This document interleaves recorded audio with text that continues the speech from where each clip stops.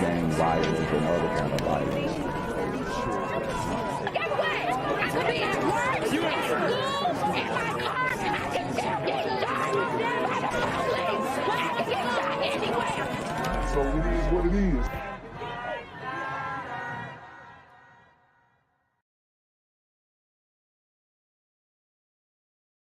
I'm here on the corner of MLK and Frederick Douglass, where a shooting just took place. And as you can see, it's a pretty rough area. So I'm basically risking my life reporting on this madness. So make sure you do me a favor and hit the subscribe button. Like the video, hell, share the video. And make sure you go ahead and leave a comment down in the comment section to continue the discussion on how we can find solutions to all this gun violence in the streets. I'm Jenquavius Jackson, here live, reporting from Atlanta, Georgia, BGZM News 17. First introduced compound athletics in Sterling Heights 1 year ago this month, a multi-use facility for athletes of all skill levels and all economic backgrounds. The compound has turned into the place to be, even hosting Summer League high school exhibitions. On this night, Detroit Cass Tech was playing Macomb, Dakota. And that, is really dope, really awesome. I love to see sports in general, but an environment where you can be competitive, show good sportsmanship. I'm glad they're not hosting these games at midnight to mimic midnight basketball, but it looks like this is definitely a productive thing and in bringing multiple different communities together. I just hope that the Super Gremlins do not mess it up for everybody, because this right here is solid. It's keeping people busy.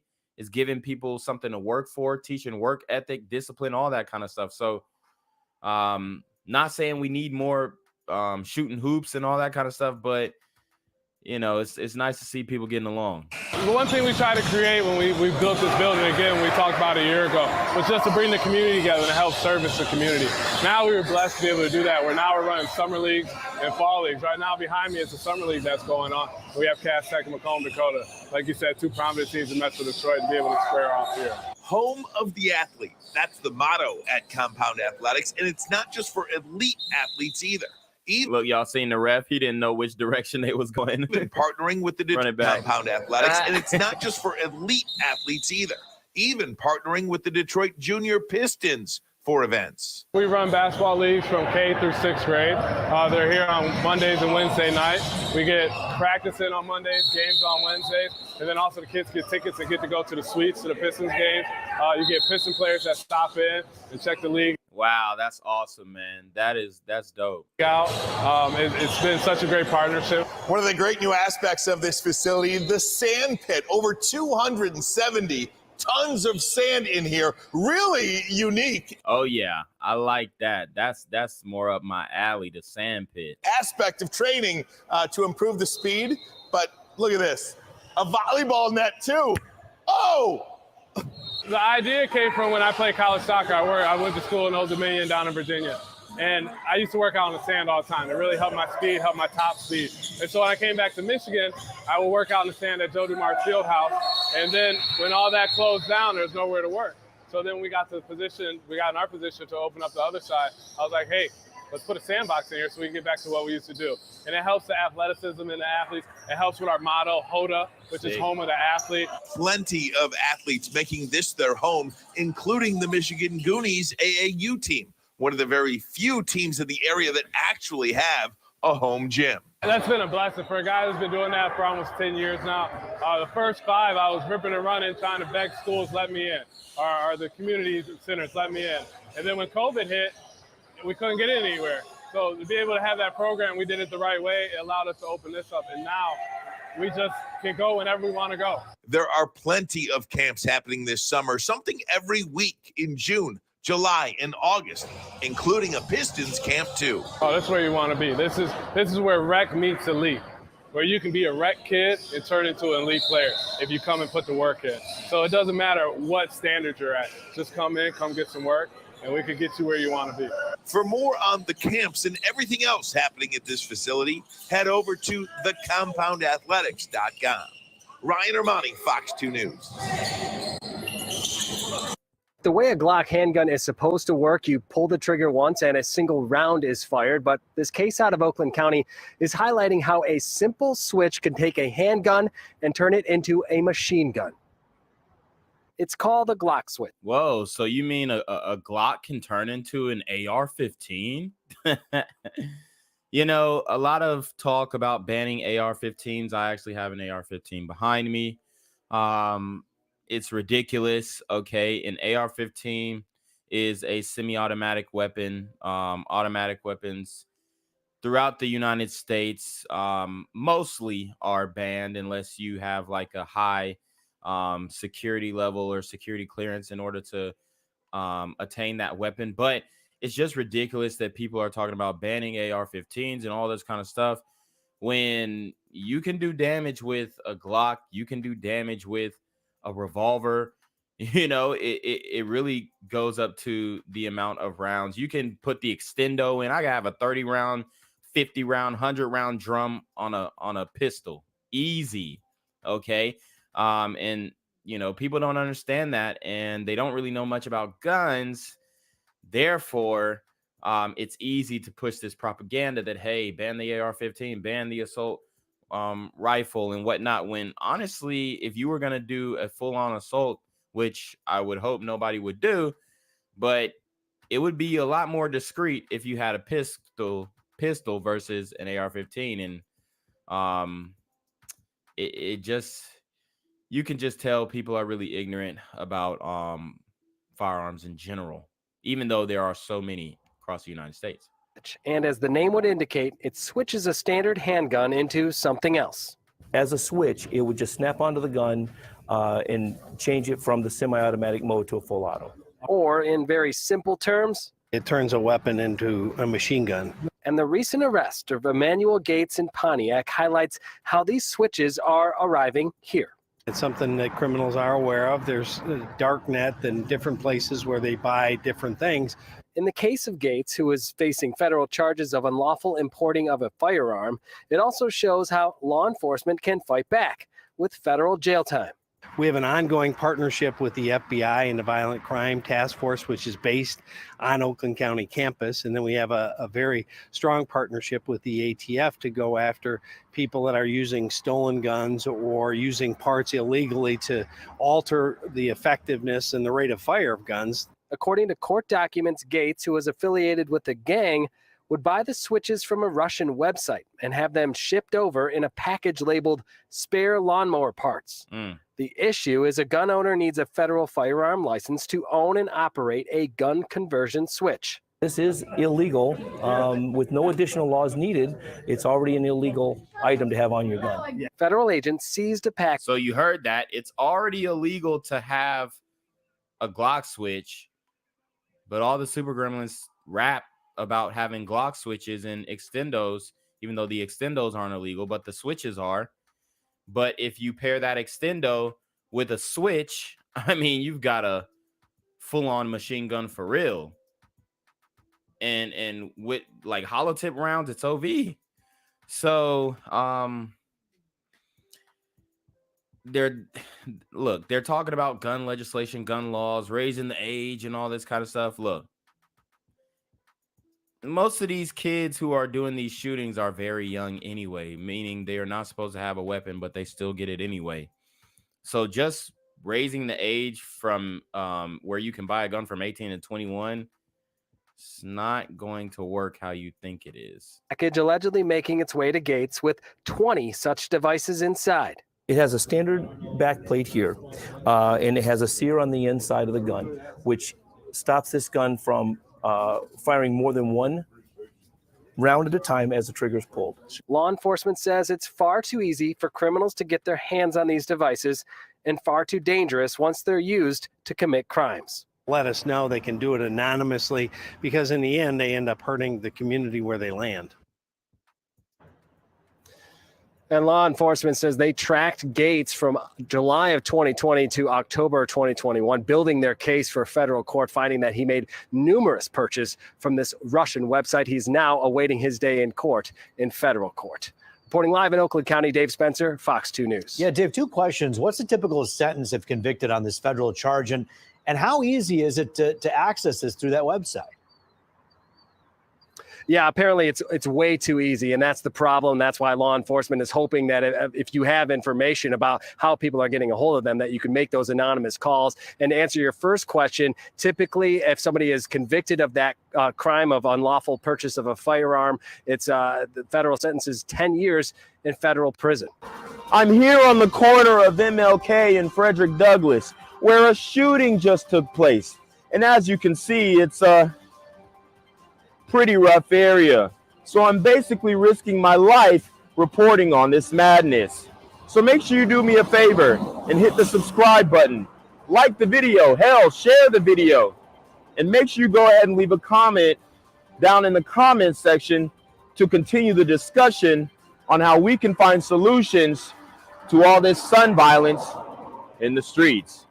I'm Jenquavius Jackson, here live, reporting from Atlanta, Georgia, BGZM News 17. My baby is such an active baby. Like, he's only one, and he know how to count to 5. Say hi. This 1-year-old beautiful little boy named Kyrie, now brain dead. It's only been a week, and it feels like forever. Beaten so badly, allegedly, by a trusted babysitter and friend. Wow.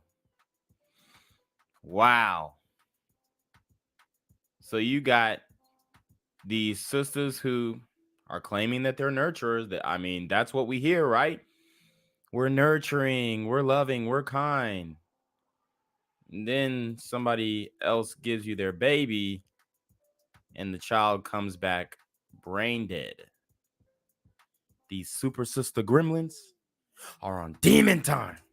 To Kyrie's mom, Taylor Starks. All I know is that she threw my son into the wall and shook him up pretty bad, but they said that's just a bit of what she did to him. She got a text message from babysitter Kimora Hodges on June 13th saying that Kyrie had eaten a bar of soap and was having an allergic reaction. Wow. And that's the best lie that she could come up with.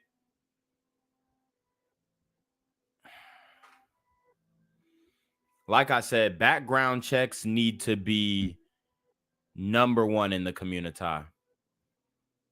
Needs to be number one. Because we have too much of this going on. We really do. And you never know who you're leaving your children with. But it just makes no sense that you wouldn't do a background check on them. I don't know if she has prior charges, but oh man, this is atrocious. So she rushed home from work to her apartment in Roseville.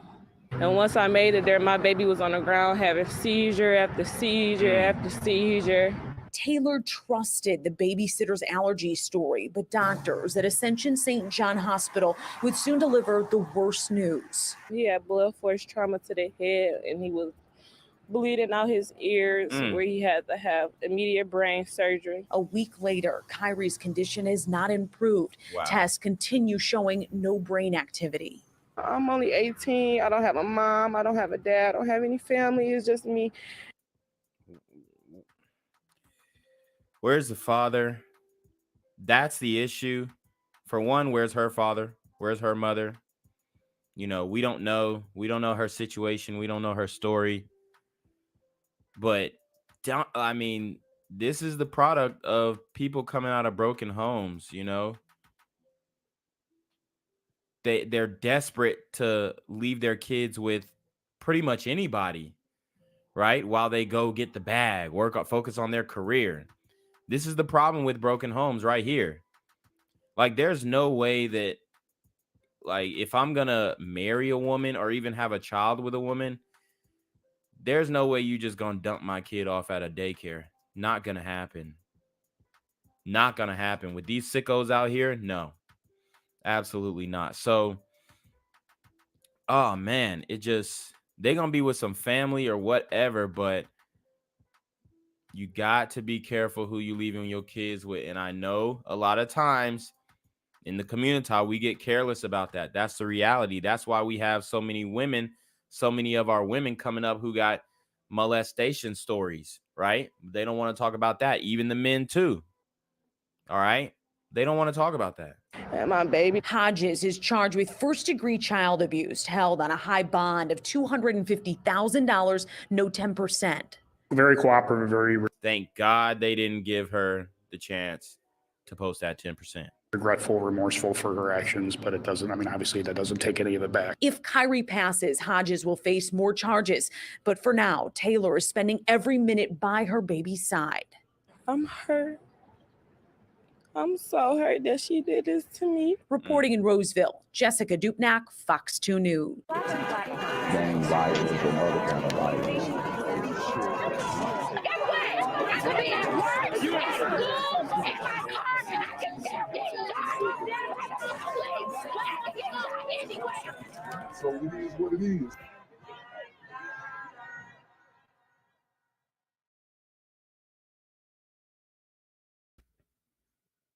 What's good, YouTube? It's a Black Gen Z Mindset. Make sure you go ahead and like, comment, share, subscribe, and let's get into the video. All right, guys. So, wow, we have a topic for you guys today. We're going to talk about Roe v. Wade being overturned. We're going to watch some of the reactions from these infanticidal feminists. And it's going to be a very entertaining show. Now, I have done an expose. On abortion, how it affects the Black community. And I have continually showed you reasons why, as a community, we should not support this policy. But it seems that the sisters really don't care, okay? Seems like they want to be able to do what they want. It appears that they're really not worried about the issue. So here's what I'll say, guys. I actually have a live stream that we went over extensively the effects of abortion in the Black community. So let's see. I will pull that up really quick. Okay. So we have it right here. If you guys search, it is called Tales from Margaret Sanger, Origins of Planned Parenthood and the Negro Project. And we went through a multitude of documents. We debunked a lot of the talking points that the feminists will make, like, oh, well, what if somebody is raped? Or what if it's a case of incest? And we already know that rape and incest are 0.09% of actual abortions. Then we also went through a document detailing exactly how abortion affects the community. And we even learned stats that about 47.4% of live births when it comes to Black women are aborted. Okay, so they are aborting children at 100 miles per hour. All right. And it's really sad. It's really crazy. And everywhere I go on the internet, everywhere I'm seeing on the internet, they are justifying these actions. Okay, they are justifying these actions. And there's so many different there's so much evidence that shows that, yo, this is detrimental to the community. There's even statistics that say, hey, if Black women had abstained from aborting their children, we would actually be a higher percentage of the population. Some speculate even 40%, which right now we're at 12.9, 13%. Okay, so the Black community is aborting their children at 100 miles per hour. And it's just sad. I mean, it's kind of sad and funny at the same time. I'm not going to lie, to see like sisters going crazy about this shit when they're the main advocates. Oh, we're under attack and this, that, and the third. And then also there is, I'm trying to think of all the little talking points that they have. The maternal mortality rate. Okay. That's a big thing that they talk about as well. Maternal mortality. And I'm sad to say that the reason why we have so much or so many women passing away while giving birth is, quite frankly, because of their health. It doesn't have to do with the doctors are giving them piss poor care, and sometimes that does happen, but mostly it is because it is not healthy for a super overweight woman to give birth, okay? And it can cause a lot of issues. It can cause a lot of blood clots, carotid arteries, all this kind of stuff. You know, it's really an issue. And I think that a lot of sisters conflate this with, oh, well, Black women die more. When it comes to giving birth, we're dying more than any other race. And the reality is because a lot of sisters are living an unhealthy lifestyle, okay? Also with this abortion conversation, there is accountability that has to be taken place. A lot of these women do not want to take accountability for sleeping with men that they have no intention on procreating with. Okay. Let's see. So yeah, so that is an issue that we are dealing with in the community. And quite frankly, it's really wild seeing people defending this stuff. Now, there also are reports that, oh, they're going to go out there, birth control, this and third. I don't agree with that shit, all right? I don't agree with going after the pill and Plan B and all this stuff, but I definitely don't condone abortion. We also went over one of America's biggest serial killers, Kermit Gosnell, who was doing abortions past the third trimester. Even when the infant came out and was viable, he was snapping their necks and, beheading the infants, a whole bunch of gruesome things. He had the support of Hillary Clinton at a point. She basically wore a Free My Nigga t-shirt. And guys, like I said, for all this information, you're going to have to go back to the expose I did on Margaret Sanger. Okay. So now what we're going to do, we're going to have a little fun with it. We are going to go to TikTok and react to women who are feminist women who are spazzing about the overturning of Roe v. Wade. So let's get into it. Good afternoon, everybody. As I'm sure you've already heard, this morning the Supreme Court voted to overturn Roe versus Wade in a 6-3 vote. It is becoming glaringly obvious that screaming on social media, fighting in the streets, and, basically everything that we've tried isn't fucking working. So I want to hit these motherfuckers where it hurts, all right? Spread this message like wildfire. I want to organize the biggest strike this country has ever seen. I mean, we women and uterus-bearing people make up over 50%. Uterus-bearing people. So she's trying to involve the LGBT community in that, right? And I think, is she talking about a sex strike? Is she really talking about a sex strike? I mean, we already addressed this. These women are not going to keep their legs closed. Let's keep it above. Oh, we're going to go on a strike. No, the fuck you're not. These hoes been fucking at 100 miles per hour, point blank.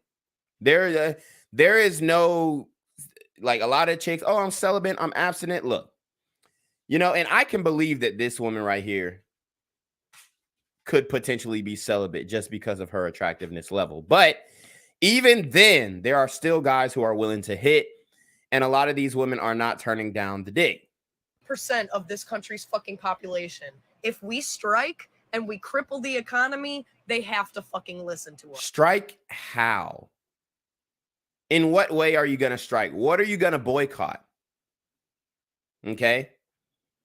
What are you going to boycott? Because we know you're not finna stop buying nail polish. We know you're not finna stop buying makeup. We know you're not finna stop buying that damn hideous hair dye, right? So what the fuck are you really gonna strike? Don't go to work. Don't buy anything if you can help it. So she's trying to have y'all hoes. Not only is she trying to have y'all pregnant, busted, and disgusted, but she's saying don't go to work and don't buy anything. Good luck with that. And for the love of God, use your voice. Organize as much as you can. Get this out there. They don't want to listen to us? Let's speak their language then. If we collectively refuse to participate in their economy and their class systems and therefore cripple it, they will. Oh, so actively don't protect. I mean, y'all are the main consumers. What the fuck are you talking about? Women are the 80% of the consumer base in this country. And you're talking about going on a strike. Good luck, ma'am. Will have no choice but to hear us out. 70% of the United States population supports a woman's right to choose. And if you and I don't even believe that. I don't believe that. They're like taking these random polls, mostly from college campuses. Okay. They're taking a lot of polls on college campuses where it is very, very liberal. All right. I believe most women definitely agree, but there are a population of women who don't agree. I think there's like 30% of women who are against abortion. So she's incorrect on that. Still think we live in a democracy, you need to wake the fuck up. All right, so these hoes are mad, obviously. Let's see what Nancy Pelosi got to say. Because it certainly is not one. Today, the Republican-controlled Supreme Court has achieved their dark, extreme goal of So killing babies is not dark and extreme. This shit is crazy. ripping away a woman's right to make their own reproductive health decisions. What the fuck did she just say? Reproductive health decisions. What this means to women is such an insult. It's a slap in the face to women about using their own judgment to make their own decisions. Okay, yes, women make bad judgment calls. They don't have good discernment, especially when it comes to situations like this. See, they want to eliminate the rights of the infant. That is still a person, okay? Still a person. They want to eliminate the rights of a person who has not even been born yet and doesn't have the ability to speak up for themselves. Okay? Most of these abortions come down to selfishness, all right? Because the reality is they're talking about, oh, well, if a woman can't take care of the child, well, give it up for adoption. There are so many different options that you have other than aborting the child. You also could wear a condom, have safe sex, pop a plan B. There's so many different, get on birth control. There's so many different options, contraceptives. There's over 200 contraceptive options for women, but they still continue to hop on that raw dick and make excuses for why they are where they are in life. So let's get into it. Alexandria Ocasio-Cortez has something to say as well. Now claim to support a party and individuals who claim to protect the lives of children just weeks after over a dozen children died in Texas, now claim to support their life. Every single one of us has woken up today with less rights than we had yesterday. So she tried to compare the Uvalde situation with abortion. Not the same at all, okay? Not the same at all. The only comparison you can really make is none of the children had a choice, okay? The children in Uvalde, they didn't have a choice. They were killed. And the children who are continually aborted in this country, they didn't have a choice. They were killed. That's the only comparison that you can make. All right? This is ridiculous. Today. And with so many individuals. And then look, people are in the comment section. She will be president one day. AOC for the win again. Yo, I pray. AOC always coming through with the wisdom. These people It's insane. She's got a lot of supporters, you know, over here where we're more conservative. I think people don't believe that these leftists have as much support as they do. Man, they've got a lot of support. Individuals out here, I think it's important for us to also tackle this myth that this is somehow about babies or children or life. Because the same individuals who purport, claim to be protecting life, fight against universal health care. Do they believe in universal child care? Do they believe? So she's conflating a multitude of different arguments. She's trying to bring in the universal health care and all this kind of stuff. And the main argument is, should healthcare be deployed or implemented or enabled by the government or private practices? And there's an argument to be had about that, right? But usually when we see healthcare across the world being implemented by the government, they don't really do the best job, especially if you look at Canada, okay? They have universal health care, but if you ask the Canadians, they tell you that, hey, we're waiting in longer lines than, you know, if it was provided privately. So I don't really want to get into the weeds of that, but this is what they do. They bring in arguments that have nothing to do with the point. They bring in arguments that have nothing to do with the point and then try and conflate those arguments. In life after birth? From their policy positions, I assure you, the evidence is lacking. Who are we protecting? Who does this protect? No one.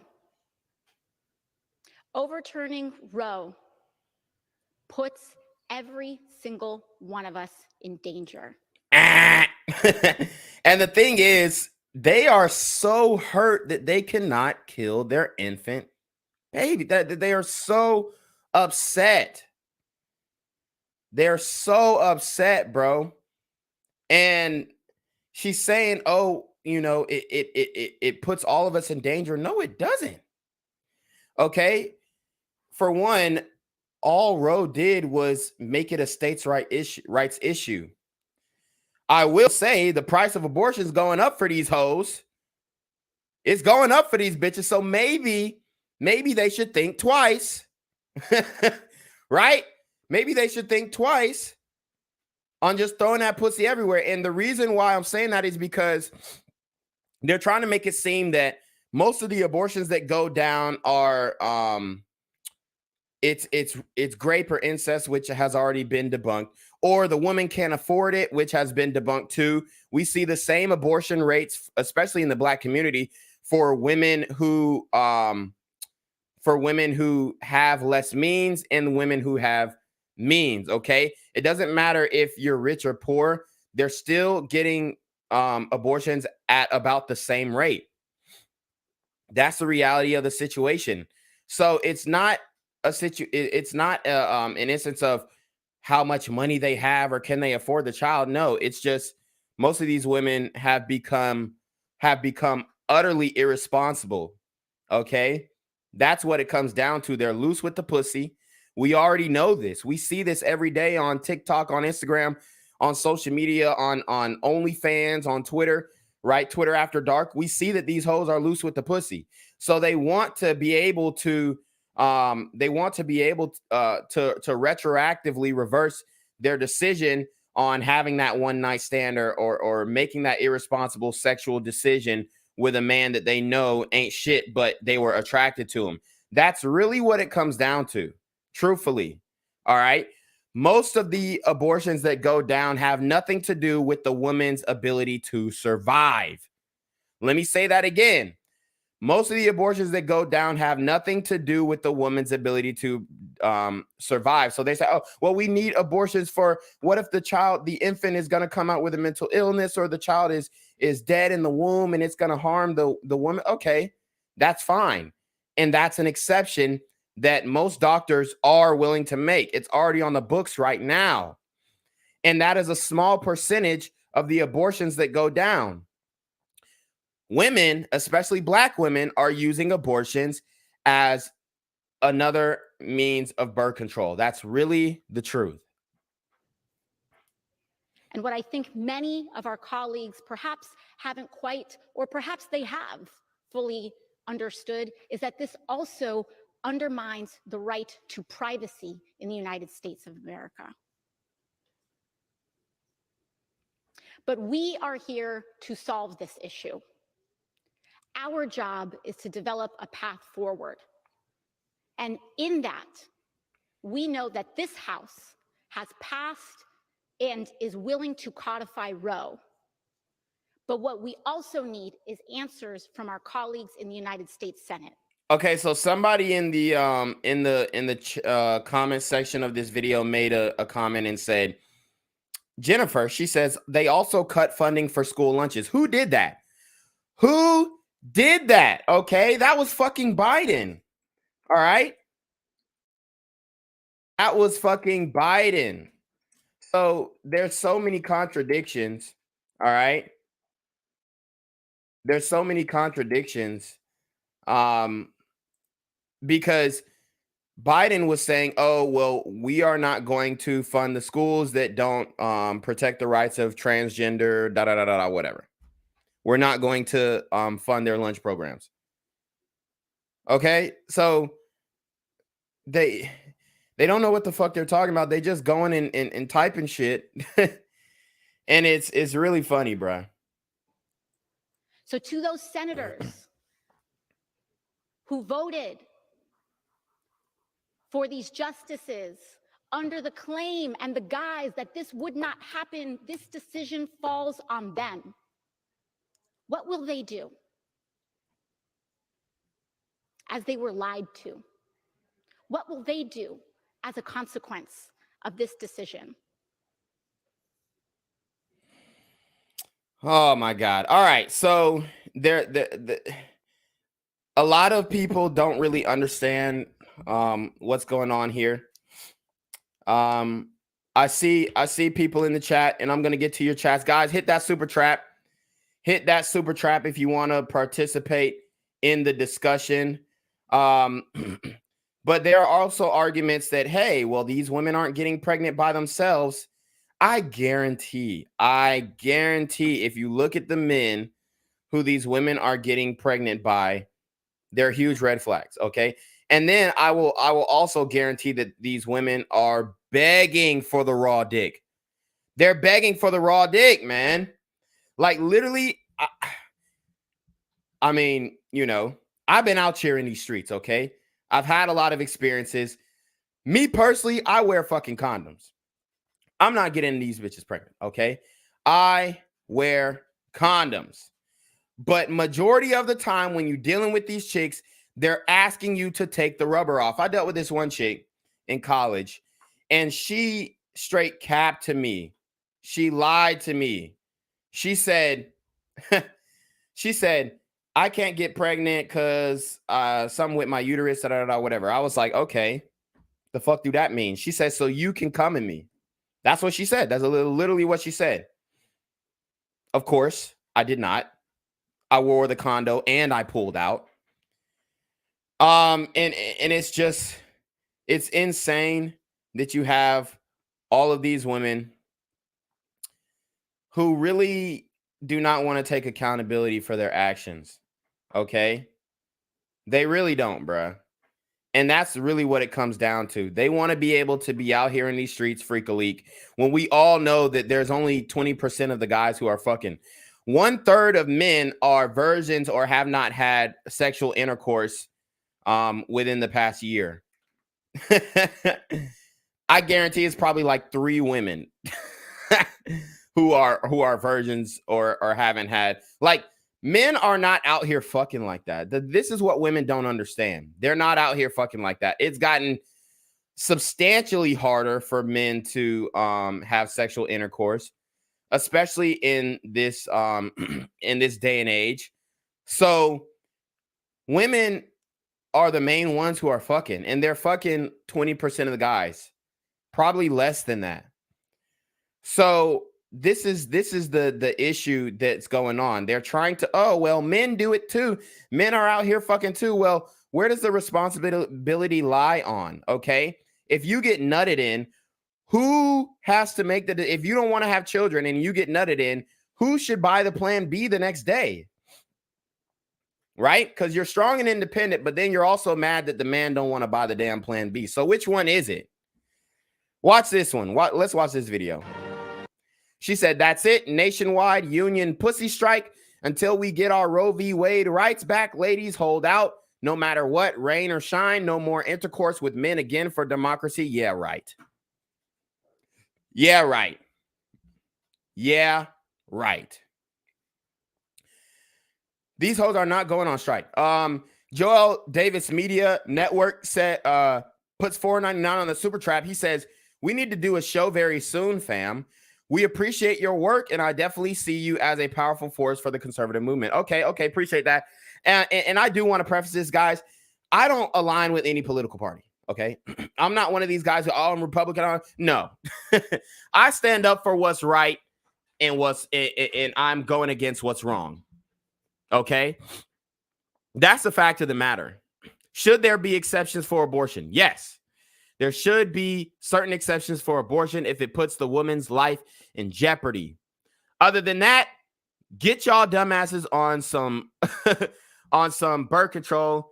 Make the nigga wear a fucking condom and take your plan Bs. You want to be strong and independent, put that $60 down to get that damn plan B. Okay. And like I said, let's stop with because people don't really understand the numbers, and this is a numbers game for real. This is a numbers game for real.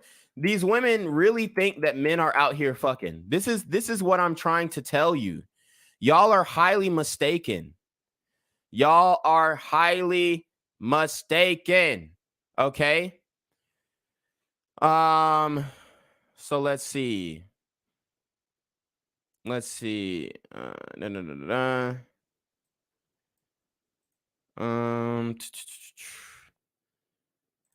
me get this. I should have had this article pulled up, but let me get this one. All right, let's get it.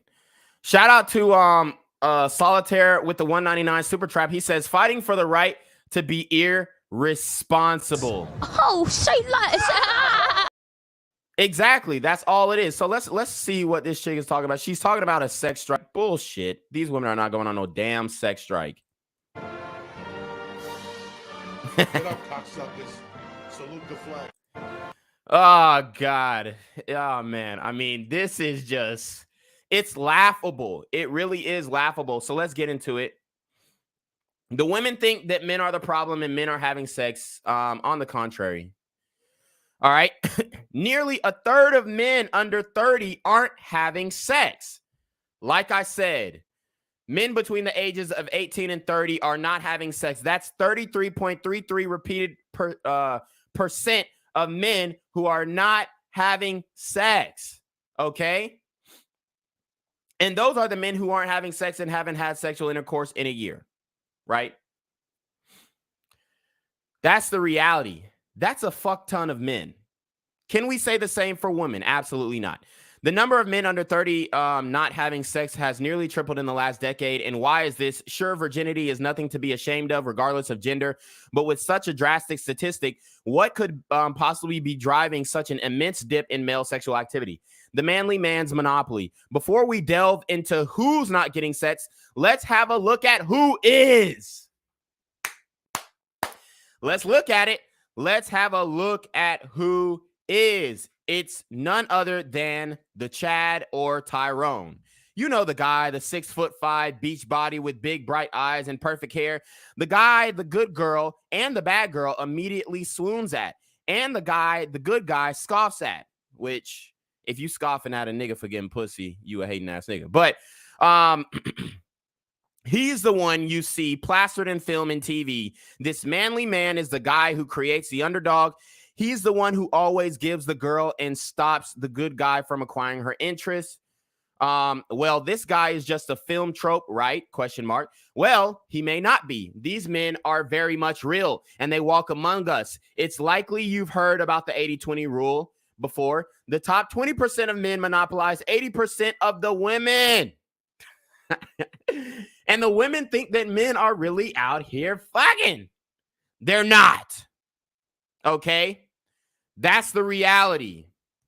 That is the reality. And we wonder if this rule of thumb between beta males has some validity to it. Most men are invisible to women. Some have referred to this as golden penis syndrome, where a handsome masculine man is able to reel in large amounts of women because he realizes he's a modern rarity for many. This guy also creates what's dubbed as an alpha widow by those who buy into such terms. This woman lands a chance with the alpha male and is forever branded by him. Every man who comes after him will simply not compare. Right. Although the 80-20 rule is still a disproven idea and studies have backed a little more, the variables here may be the lack of study involving the different nature of sex culture, and of course who are usually the ones who to blame other people for their lack of sexual escapades. None other but modern subgroups of incels.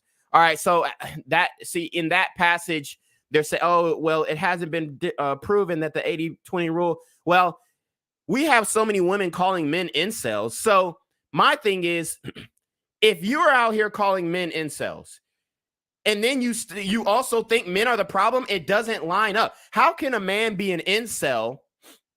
How can a man be a fucking incel and then he's also out here impregnating these women? So you're trying to say, we're laughing at you. You're an incel. You don't have sex. You don't get pussy. And then on the back end, the women also want to say, well, men are out here impregnating these women. And it doesn't work. It doesn't work both ways. You can't call a nigga an incel and then also say, well, it's men's fault because they're the ones who are out here impregnating these women. No, it doesn't go like that.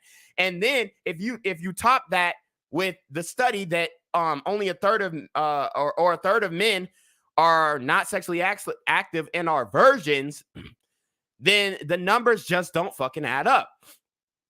Cyrus Cherry puts $10 on a super trap. He says, this is why Black women are stuck with community. DBTW, I'm wondering if men are generally turned off by women due to their lack of feminism or femininity. I guess that's what he meant. Been the way in the Black community. Now it's spreading. Yes. So the rise of porn and the internet culture. So, you know, we all know that porn keeps men from approaching women. You have women saying, oh, well, men aren't approaching anymore. So there's so many things that contradict what they're saying. Well, the men are the problem. They're the ones who hold responsibility. No, baby. No. For one, you like to say, oh, men aren't approaching anymore. Well, if the man ain't approaching, he's not getting sex. Point blank. Oh, well, men don't approach us in public anymore. So how can it be that men are also the ones out here fucking? Okay. Lord have mercy. Lord have mercy. So there are a lot of contradictions in the arguments. There are a lot of contradictions in the argument. But I do want to get into this this situation right here. Let's see. I want to show you how specifically in the Black community, Black women deal with these abortions, their mindset to these abortions. Okay. Let me see if I can find this video. I did a video on it, man, years ago when I was doing the Quarantino to God shit until that shit got shadow banned. Which was horrible. Let me see if I can find this.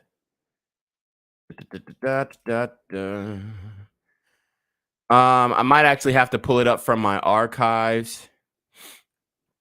But what we're gonna let's we're gonna break down this B. Simone video in the meantime. She talks about having an abortion. And I'm going to show you exactly what I mean by women making bad decisions. Let's get it. Probably a year after starting to. Crazy. I know. We've never discussed this. I know. What is We've never never since that day. We've never discussed. All right, let's talk about it now then. Jeez, Yeah. we're all waiting. I know. Let us get the moment. Wow, on camera, I'm just 'cause like, this wow, is- we've never really talked about this. Okay, so ever. after a Give year, me my drink, please. Yeah, let me get a sip. Wow. Too before We've never talked about this, so I'm glad you're getting it on the Know For Sure podcast. Because what I knew for sure then Jesus, was and that what I I wasn't knew for ready. sure then, Baby I girl. wasn't. I don't agree with now. Wow. We were in Charlotte. It was All-Star Weekend, and at the time, I was still living in Ohio, so I was flying wherever B was because I traveled with her. So wherever we were, I would meet her there, and we were in Charlotte. And she had an event, and I noticed, like, B, are you okay? Like, what is going on with you? She was just super moody, more than I've ever experienced from her before. I mean, like, she was I was like, this is so unusual. And her boobs were so big, and she was just so tired. And we get to this event, and she's like, I think I'm pregnant. And I was like, okay. So notice she said she was in Charlotte. She was in Charlotte. And who did B. Simone have a crush on in Charlotte? Somebody put in the chat who B. Simone had a crush on in Charlotte. Okay. What Charlotte rapper did B. Simone have a crush on? Okay. I'll wait.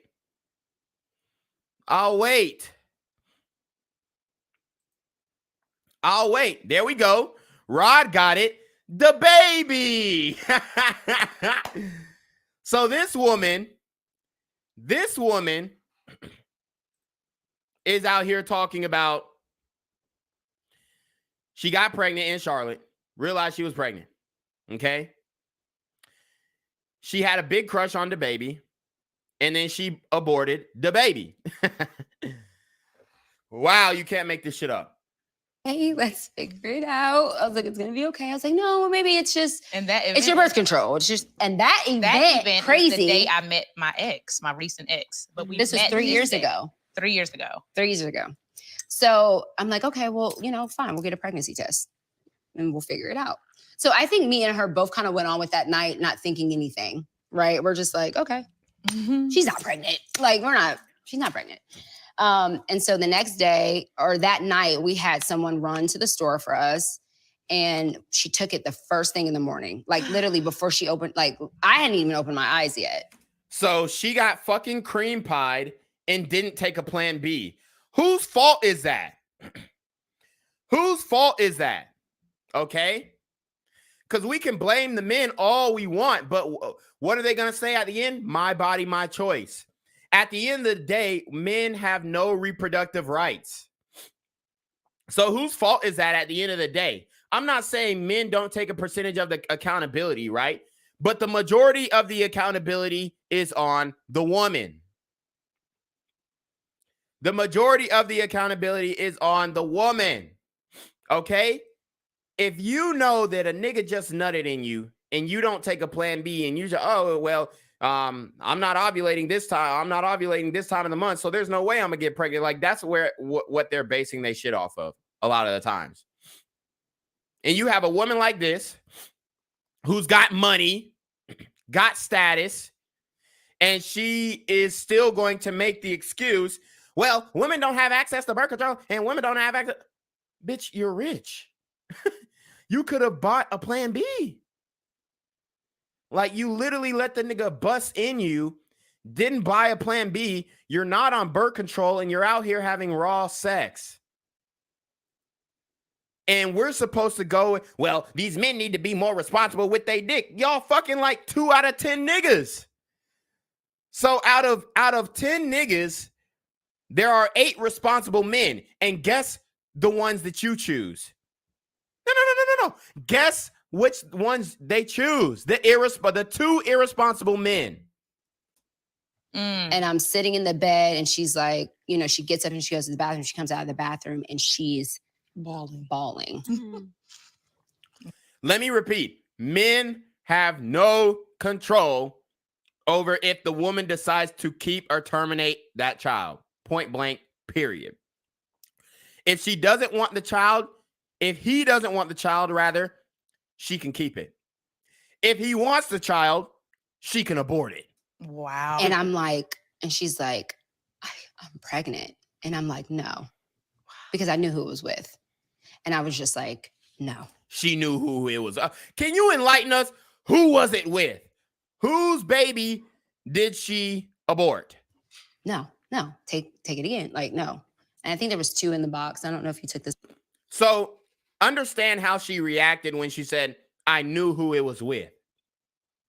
No, take the birth control again. We have to confirm that you're actually pregnant. Like, this can't be like, so y'all are tripping because you got pregnant by a man that you know is not a responsible man. Like, let's just, and I'm not saying that she actually got pregnant with the baby, but it's like they're giving innuendos that, hey, I was in Charlotte. I hooked up with a guy. And obviously we know the baby is from Charlotte. We know that B. Simone had a crush. So let's say it was the baby. You see how the baby treats his baby mother. Okay? You see how the baby, he kicked her out in the middle of the night to bring in another woman. And you still have sex with the man. You still have sex with the man. On what, and this is what women don't want to talk about. When does the responsibility fall on the woman? They always want to skirt the responsibility when they have 100% autonomy on what happens and if that child comes to term. Okay? Point blank. Cyrus Cherries with the $10 super chat. He says, what about the men that eliminate women who refuse abortions? What's going to happen to women when abortion is no longer an option? Yeah, that's a good point too. That happens as well. I actually did a story on this guy in the military, a former military guy who murked his baby mama, and that was in, I believe it was in LaGrange, Georgia. He literally pulled up beside her because, she had multiple kids already, and he was married. He was married, and he didn't want the woman to come through with the pregnancy, but she did anyway. Okay? She did anyway. She went through the pregnancy or she tried to at least, and he murked her, unfortunately, which I do not condone at all. You know, we come down hard on these super gremlins, but that just goes to show my point that men have no reproductive rights. Okay? You don't get to decide if that woman keeps or eliminates that pregnancy. And I'm going to try and find, oh man, I did this video a long time ago, like late last year. And the man literally killed the woman because she went through with the pregnancy and he was married. The second one or not, I don't really remember. No. But I remember her screaming. I remember her screaming and being like, oh, I'm so stupid. I'm so fucking stupid. She was so upset, so angry at herself. She was screaming. All right, so guys, this is what I'm going to ask in the poll. We're going to ask a question in the poll. How much responsibility do men have? How much responsibility do men bear when it comes to these women getting pregnant or whatnot, or having abortions? All right. So let's see how much responsibility do men have? How about we ask it like this? How much responsibility do men have for making women single mothers? All right. Because I want to know. Let's see how many options we can add. So we'll say the first, we'll say 0 to 20%. Second, we'll say 20 to 40%. Third, we'll go 40 to 60%. And then the last part, we'll go 60 to 100. All right. So what percentage, how much responsibility do men have for making women single mothers and whatnot. Okay. So vote on the poll. Vote on the poll. This is how your voice can be heard. This is how your voice can be heard. So let's listen to how these women treat abortion. Screaming, she was mad. And I'm like, okay, so. Hold on. So she's screaming and mad because she let a nigga nut in her and didn't handle her responsibility. Angry at herself. She was screaming, she was mad. And I'm like, okay, so my role is to fix shit. I have to fix the problem or find a solution. So I'm like, okay. So her role is to fix it. Her role is to fix it. Notice how she speaks about aborting a child. I'm gonna fix it. Oh, okay. Okay, well, all right, what do you want to do? Like, what is it that you want to do? She's like, I can't keep this baby. Like, I cannot keep this baby. I can't. Why not? You have the means. You're financially stable enough. Why can't you keep the child? Why not? Why can't she keep the child? And these are the same women who are saying, "Oh, they're killing us in the street." Well, you're killing us in the on the operating table. You're killing us on the operation table. All right.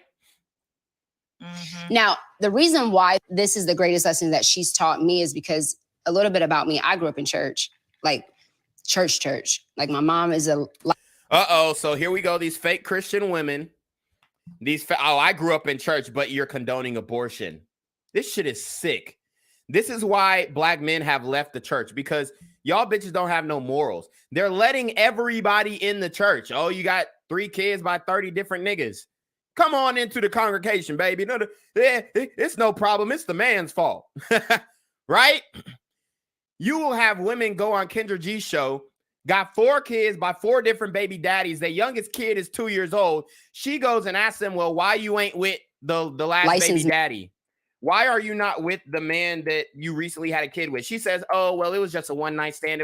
So after 3 children, you still haven't learned to keep your fucking legs closed. After 3 kids, you still have not learned your lesson. And you're having children with men who 100% do not want to be involved in that kid's life. Okay? This is wild. And these women are up here trying to, oh, well, I'm a Christian woman and I'm in the church. No, you're not. You're not. You're a modern day Bathsheba. A bit about me. I grew up in church, like church. Like my mom is a licensed minister. Both my mom has pastors. Yeah, my mom has a master's degree in divinity. Like, what does the Bible say about women being pastors? And then we got all these female pastors. Look, I'm not saying that you can't be a pastor, but if y'all really want to live by that word, live by the word. My mom is super saved, right?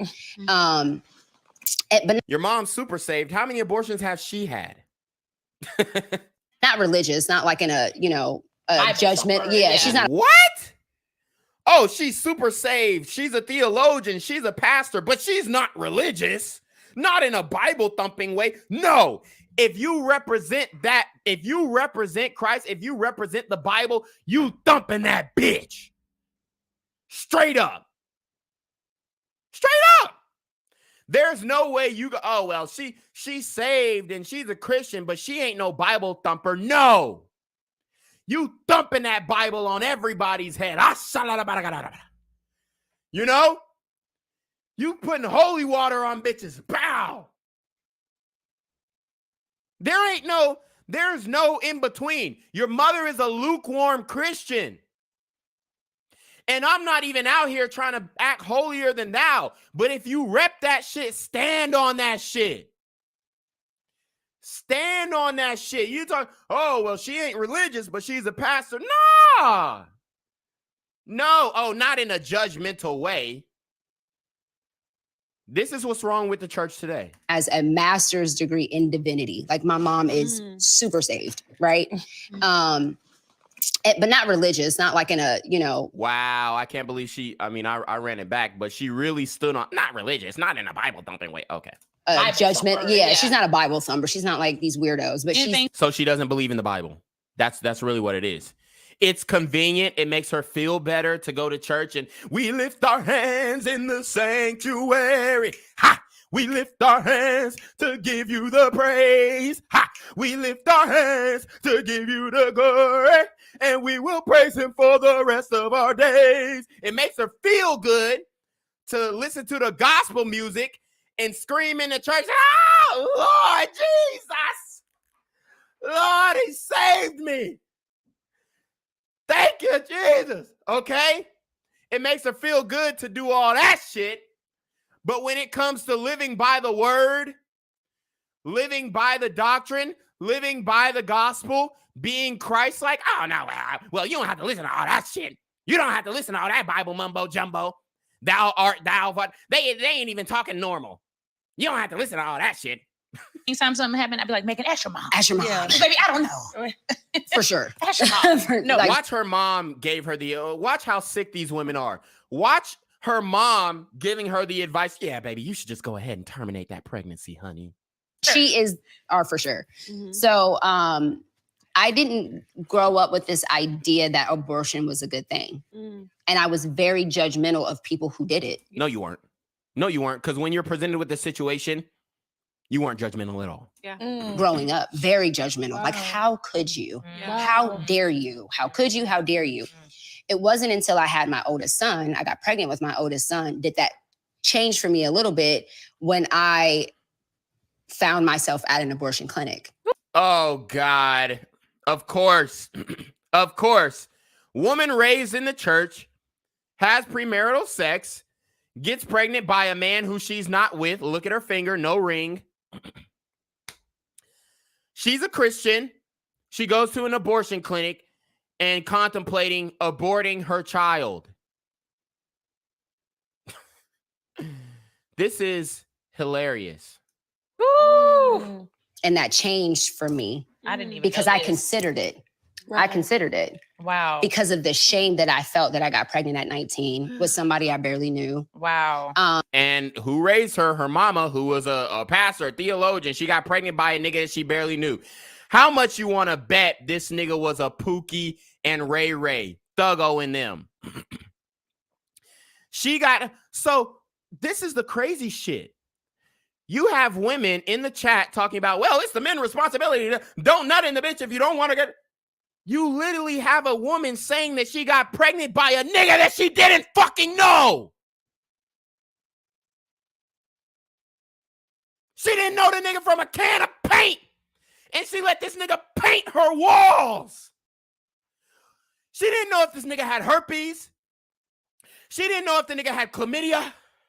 She didn't know that the nigga had AIDS. She didn't know if this nigga had monkeypox. And you still have women. Well, it's the man's fault because he nutted in her. And nigga, this is a nigga who don't even know the bitch. You fucked the nigga that you don't know. He could have been a serial killer. And then we have women out here. Oh, well, these men are creeps. Bitch, you're a creep. You fucked the nigga that you knew for 2 hours. Are you fucking kidding me? At 19. And this is why black men don't want to come behind that. I'm not responsible for your bad decisions. I'm not going to date a woman who has a child. You fucked a nigga that you didn't know after 2 hours of knowing him, but you made me wait 2 months. We are not going for that. We're not going for that. Okay? This is why it's so hard for black men, especially once they get educated and get a bag. We know 33% of black men who are college educated date interracially. This is why. Because even if the women are educated and college educated, they still fucking a nigga they don't fucking know. And not requiring them to wear a condo. You can't make this shit the fuck up. And I'm telling you guys, this is majority of them. Majority. Not a minority. A majority. Changed for me. I didn't even because know I this. considered it. I considered it. Wow. Because of the shame that I felt that I got pregnant at 19 with somebody I barely knew. Wow. And so situations change your perspective, right? And we're going to drop the StreamYard link. If the women disagree, you can come up. If you're talking in the chat, being a keyboard warrior, unless you put a super trap on it, it's not really doing much, okay? If you really want to talk about this, I'm gonna put the StreamYard link in once we get through this video.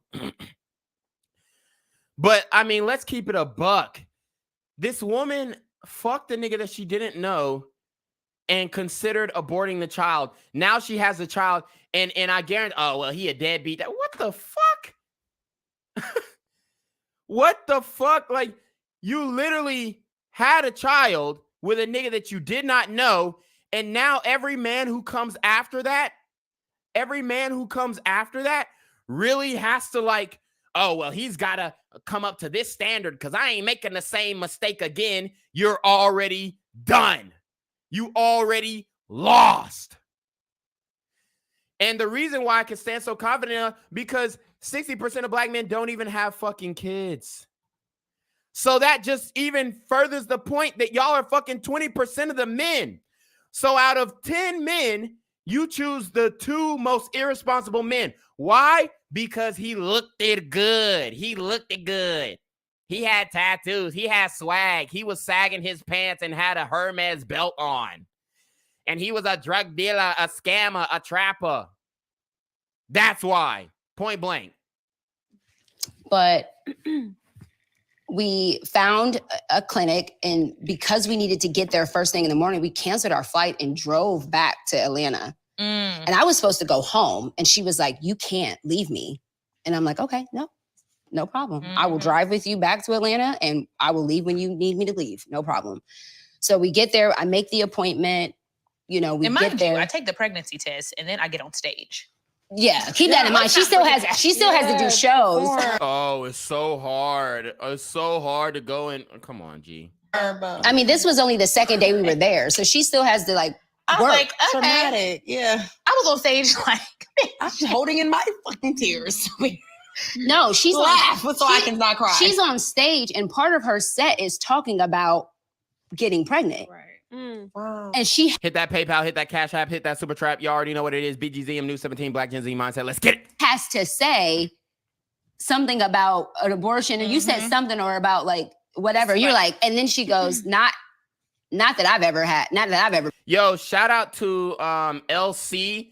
She put $25 on the PayPal. She said, you're the son I never had. Yo, shout out to LC. Appreciate that with the $25 PayPal. Been pregnant. And it was like, because that's a part of my set. It's a part of her set. Yeah. Up until that moment, I had never been pregnant. And so I was just like, it was so heavy on me because I didn't know how to feel. I didn't want her to get rid of the baby at the time. I didn't want her to do that. She should have kept it. She should have kept it. Okay. She should have fucking kept it. Point blank. Especially if it was the baby's kid. Right? Right? But no. She decided not to. She should have popped the plan B after she let the baby nut in her. Allegedly. I did not want her to do that at that time. I just didn't. Yeah. But at the same time, I knew she couldn't have that baby. I'm like, you know what I mean? So I was really torn. It goes to say, like, you never know, never say never.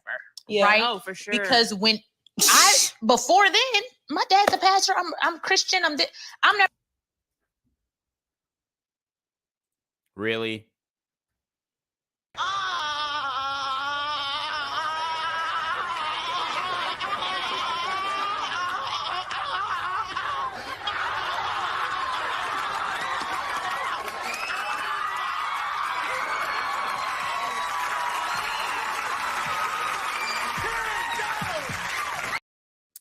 If these women's parents are pastors and they can't even keep them from fucking Pookie and Ray Ray, understand this. The parents at this point, at this stage, parents have no weight in the way that these women are like. After these women, like once these women start listening to hip hop music, it's over. It's done. It's over. It's over. O-V. Dunzo. Once she start listening to the rap music, the parents' influence goes straight out the fucking window. It's the same with the Super Gremlins, okay? It really is. Okay? But both of them have clergymen in their families. Immediate family members who are part of the church. And they still made the same irresponsible decision. Still fucked a man they didn't know. I would never have an abortion. I've never been pregnant either. Yeah. So when I got pregnant, I was like, you need to make the appointment. Yeah. It was a no-brainer. It was a no-brainer. Pray on it. Wow, she didn't even pray on it. Jesus Christ. And these are the women who are claiming that they're Christians. I will never, unless my dad invites me to church, or I'm never going to a church again. I am never going to a church again, because this is what it's full of. This is what it is full of. I don't care if they're Baptist. I don't care if they're Methodist. I don't care if they're Episcopalian. I don't care if they're Catholic. I don't care if they're apostolic. When the women make a bad decision, when the women go against the word, the church is standing behind them. There's no type of chastisement. There's no type of, look, you need to sit in timeout. You're going to have to sit in the back of the pews for a week. No, they bring them to the front of the pews and bless them in the name of Jesus. Okay?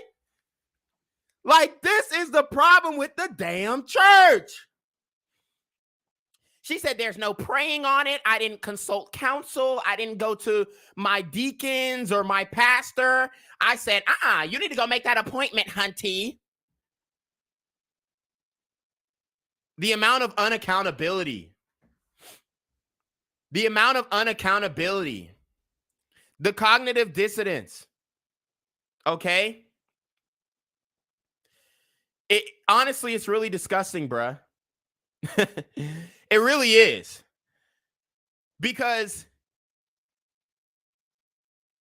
you're claiming to be something. You're claiming to be something. But in all actuality, you're the opposite. You're the opposite. These women have the Jezebel spirit. These women have the Jezebel spirit. Okay? It's the reality, guys. And this is what we're dealing with. And this is why the bulk of the responsibility lies on them. Okay? Lies on them. It's amazing, bro, that there's no accountability. She said she didn't even pray on it. God had nothing to do with her decision on terminating the life that he tried to bless her with. She had the means. She had the money. It wasn't a decision about that. Her decision to have an abortion, just like her decision to open her legs to allegedly the baby, was a selfish decision. A selfish decision. Two selfish decisions. And then she is going to be on the back end asking a man to come follow that up. So she still wants a man, y'all. And her man better be 6 feet, make 6 figures, have a 8-inch dick, be Wizard Kelly. She still wants a Wizard Kelly, and she's a fucking broken woman. You're broken. Your pussy's broken. Your decision making is broken. Everything about you is fucking broken. Everything. Your discernment, your connection with God, you didn't even pray on it, but you're a Christian. On one of the biggest decisions of your life, you didn't pray on it. You didn't consult counsel. You talk to your best friend, honey. I talked to my best friend, and she said, "Oh, schedule the appointment then. Schedule the appointment then, bitch." Fucking disgusting. You need to make the appointment. Right. Like, it was a no-brainer. It was a wasn't no-brainer. Pray on it. Yeah. I didn't pray about it. I didn't think. I was like, you know in your heart immediately. It was an instant decision. Wow. Whether that was right or wrong. It was wrong. Your decision. It was your decision. At peace. I felt at peace after it happened. Yeah. I don't think about it, dream about it, have anxiety about it. These women are straight up sociopaths. These women are, I mean, she doesn't give a fuck that she terminated her fetus. This is not an issue of, oh, well, women who are broke, they don't have the education. Who the fuck doesn't know how to have sex and put on a goddamn condom? The decision to have raw sex is a selfish decision because you value the pleasure of that small moment in time. You value the pleasure over being responsible. It's a selfish decision. So that's why I'm glad that Roe v. Wade was overturned. Because, yeah, if you are going to have abortion, the price don't went up. Pay $250, $350 to go, fly to California, the land of dead babies, fly to New York, the land of dead black babies, and go get that abortion. Yeah, the ticket just went up. You can still have that abortion, but it's going to be a little bit harder. And it should be. Okay? Because this shit is just fucking ridiculous. But I knew in that moment, I was like, make the appointment. And I think that's what's the closest? No, What's the closest clinic? but that's so important because so many women are afraid to make the best decision for them because they're the best decision for them. I told you the selfishness in these women. Bruh. This is who they want us to date. This is who they want us to marry. These are the women saying, oh, there's piss in the kiddie pool. I mean, there's piss in the dating pool. There's piss in the dating pool. Yeah, there's also fucking baby organs in the dating pool too. Have y'all thought about that? The lung, the heart, the liver. All those are floating in the damn dating pool. All of you bitches abortions, the bodies of your dead fetuses are floating in the motherfucking dating pool. It's making it hard to do my goddamn breaststroke. It's making it hard to do my damn backstroke. It's making it hard for me to open my goddamn eyes in the water. I can't even open my eyes anymore in the goddamn dating pool. I need goggles. Let alone watch me do a motherfucking cannonball in that bitch. Cannonball. Can't even do a damn cannonball in the dating pool because I'm scared that I'm going to come up with a goddamn arm and a leg.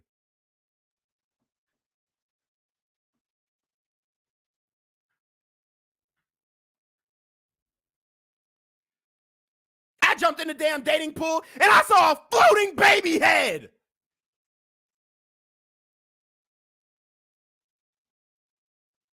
But men are pissing in the dating pool. I would rather swim in piss than the organs and the ligaments of a dead fetus. Let's go.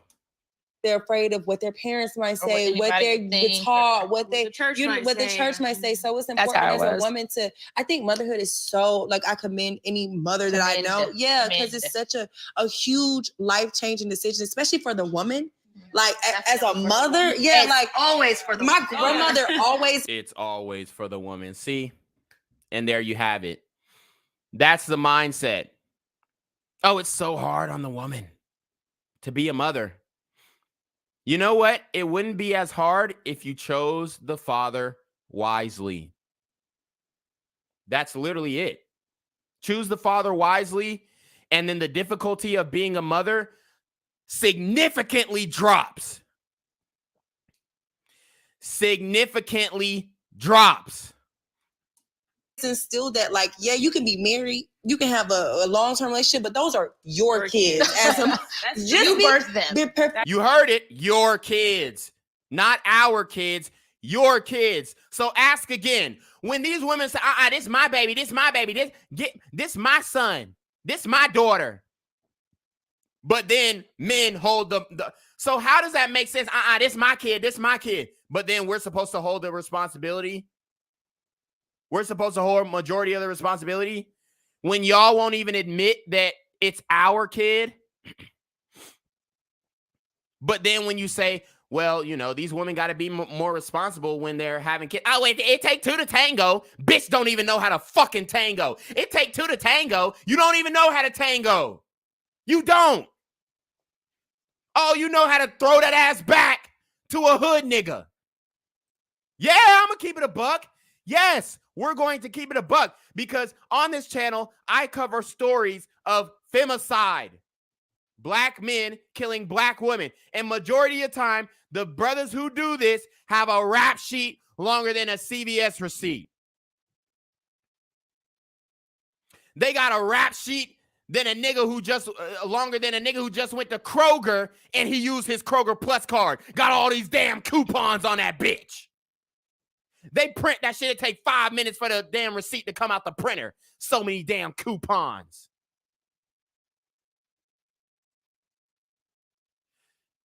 They won't take a second. I actually have a software right now where you can literally, it's called Lula. You can literally put in somebody's driver's license, take a picture of their driver's license, put in their driver's license number, and it gives them an overall score on their driving record. They won't take $20 to go do a background check on a nigga because what did the woman in the black say? What'd she say? Yeah, well, when I was at 19, I fucked a nigga who I didn't even know. When I guarantee she's a beautiful woman, in shape, hair is long, it's not fake. Beautiful woman.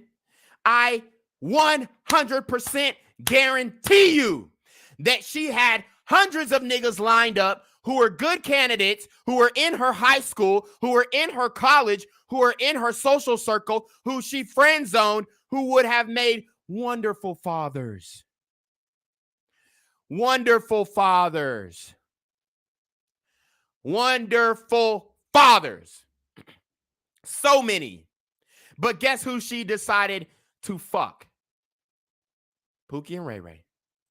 Fair to take care of those children all on your own. So I think that's such a huge decision to make. And I don't think any woman should be shamed no matter what the decision is. Let me tell you, laying down with the wrong person comes with a lifetime of consequences. Yeah. Oh, so laying down with the wrong person comes with a lifetime of consequences. But you're also telling, live your life, girl. Hot girl summer. You only live once. Which one is it?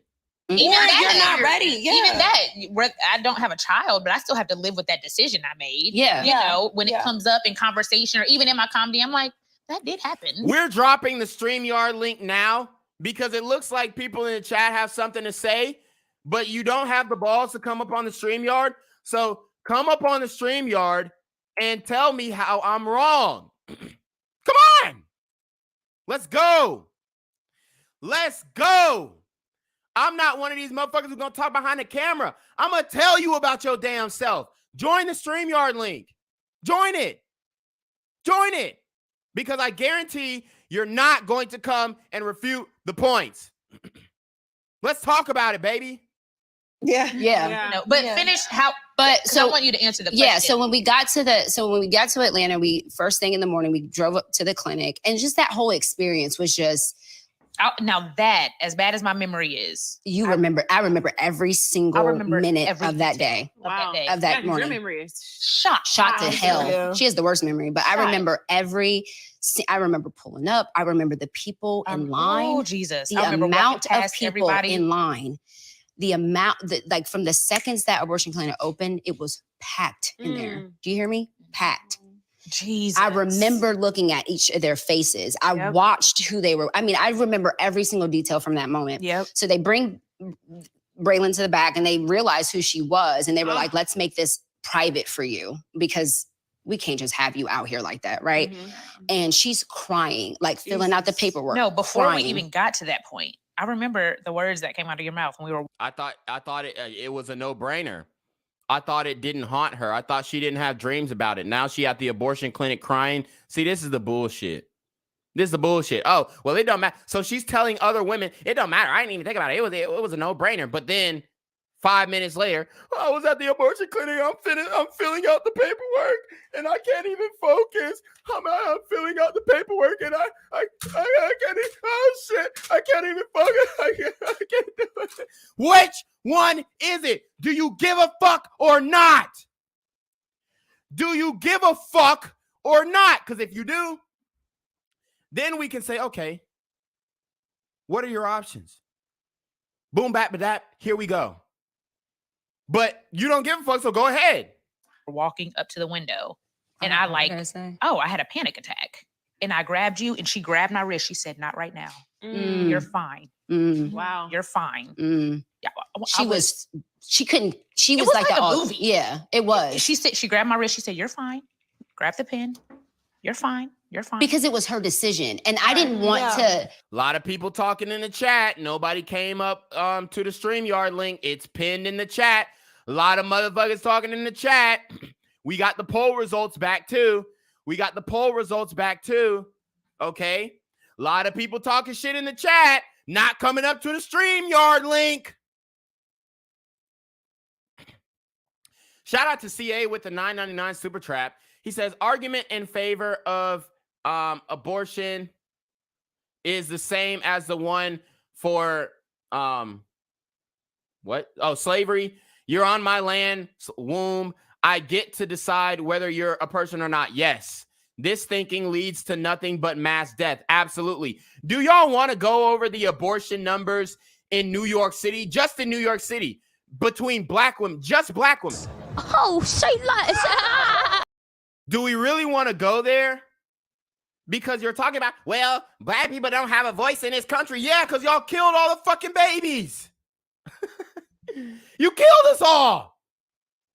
And they didn't have to ask you. What did B. Simone say? It was a no-brainer. It was a no-brainer. I didn't have to think about it. I didn't have to pray about it. You didn't even ask God if you could terminate his child. You didn't ask the Most High if you could terminate his child. What if Mary aborted Jesus, nigga? What if Mary aborted Jesus? Even in that moment, when we got there, I didn't want her to do it. I did not want her to do that. I felt so never bad. Knew this. She never told me this. I felt Until bad. This moment, like it still makes me like kind of teary because it made me. I felt That's bad. a great friend, for sure. But can we acknowledge that? Yeah, until this very moment, friend. I never knew that. Wow. How her feelings were. How she felt. Put that supporting. Yeah. She doesn't give a fuck. She just said it doesn't matter. I didn't ask nobody. It doesn't matter. Just walk. I never knew that. Wow. I never knew that. That's I amazing, never knew friend. that. Because so many times we try to put our own opinion of what we feel like is best for our friend, or oh no, friend, I got your back. Yeah. It's not an opinion. You murdered your child.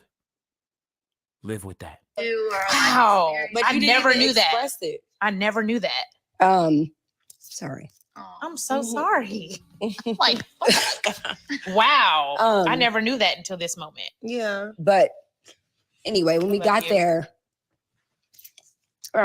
crocodile tears. I didn't agree with her. So, but that was her decision, and I didn't want to be responsible if she kept it, and regretted it, or had a hard time, or something. And too, because I have a child with special needs, and And everybody. See, it's another issue. She has a child with special needs. Shout out to all the special needs children. We know it's an issue. The man that she had a child with, she didn't know. She didn't know him. She didn't know his genetic history. She didn't know his genealogy. She didn't know if his family had mental illness. She didn't know if his family had any type of hereditary genetic dispositions. She just fucked him because he looked good. I'm trying to tell y'all, these women are completely irresponsible with the reproduction process. Something had to give. Something had to give. And what gave was Roe v. Wade. I'm telling you guys right now, you know, like I said, she's a beautiful woman. I would never fucking deal with her. And I'm not saying, oh, she would want to deal with me too. Like, oh, they gonna say, oh, well, you ain't the most attractive. Well, nobody want to deal with you. I don't give a fuck. I'm just telling you, men do not want to deal with this shit. Why do I have to, on the back end, bear the responsibility of a decision that you made, right, in the past? Cyrus Cherry puts $10 on Super Chat. Hey, Cyrus Cherry becoming a sponsor of the damn stream. He said, this is my last one. But honestly, the church began to crumble when they implemented new thought into it back in the 60s, taking Eastern philosophy and bending it to meet your needs and wants. Hold on. Hello? Where we at? Oh, you want to know where I'm at? We outside! So watch, she's talking about her kid with special needs. This is another argument that women come up with. Oh, well, what if the kid has special needs? Well, are you really going to know until that motherfucker comes out? Like, did you know before you gave birth that the kid has special needs? Sometimes you do. Sometimes you don't. Okay. But let's just say that she didn't know. Now on the back end, it sounds like to me, even though, oh, I love my child, that's what she's going to say, the disclaimer.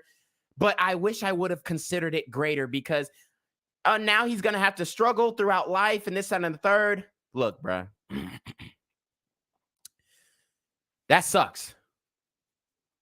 Whatever genetically it happens, the two didn't mix, but that doesn't mean that you dissolve your responsibility for having that child.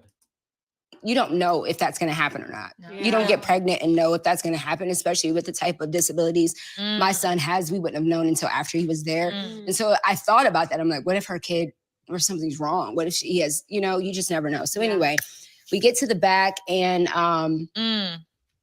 I remember she was getting, filling out her paperwork and they were getting her prepped and she's standing, they gave you a shot or something, they gave you something prepped and I was behind her. I took medication. You took medication? When I was laying down? No, I'm talking about when we were in that waiting room and I was sitting on the chair behind you. I was bawling the entire time. I never knew. And every time she turned around, I tried to like fix. I didn't want her to feel any guilt, anything. I was like, I want you to know that you're supported in this moment. So, but the whole time I was just so broken from it.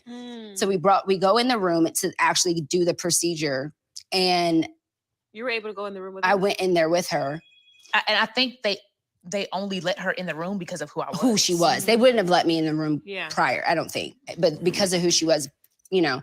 And so the clout enabled her to skip the line at the abortion clinic.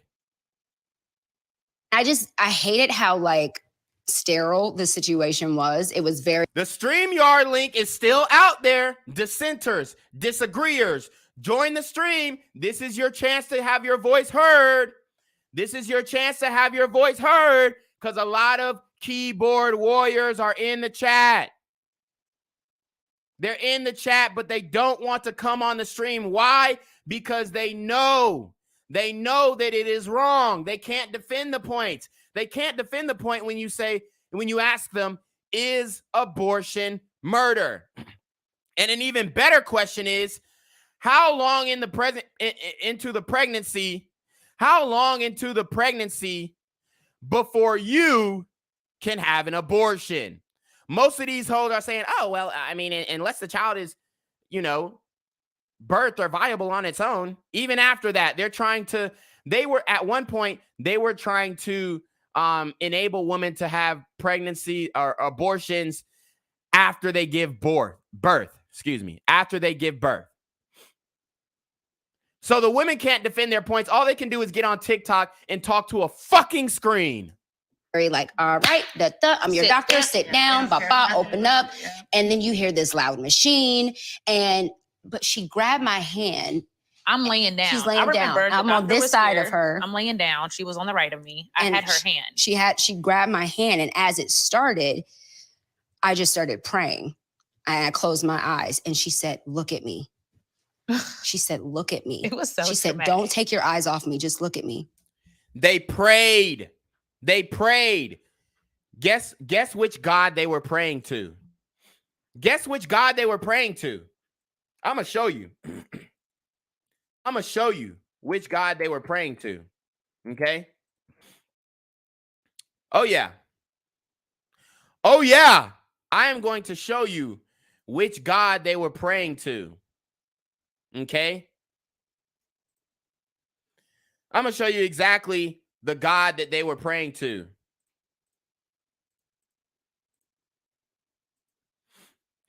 This is the God that they were praying to.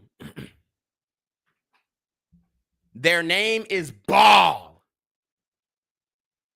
This is the God that they are praying to. I'm telling you guys, these women are saying they're Christian, but they're praying to the beast. They're praying to the beast. This is their God. This is who they praise. This is who they worship. This is who they get on knee for, bended knee. This is their God. This is who they were praying to. Because God was not hearing your prayers when you're in an abortion clinic about to terminate his child. This is their God. I want you to take a good look at it. This is their God. This is who they look up to. This is who they worship. Their doctrine is do what thy wilt.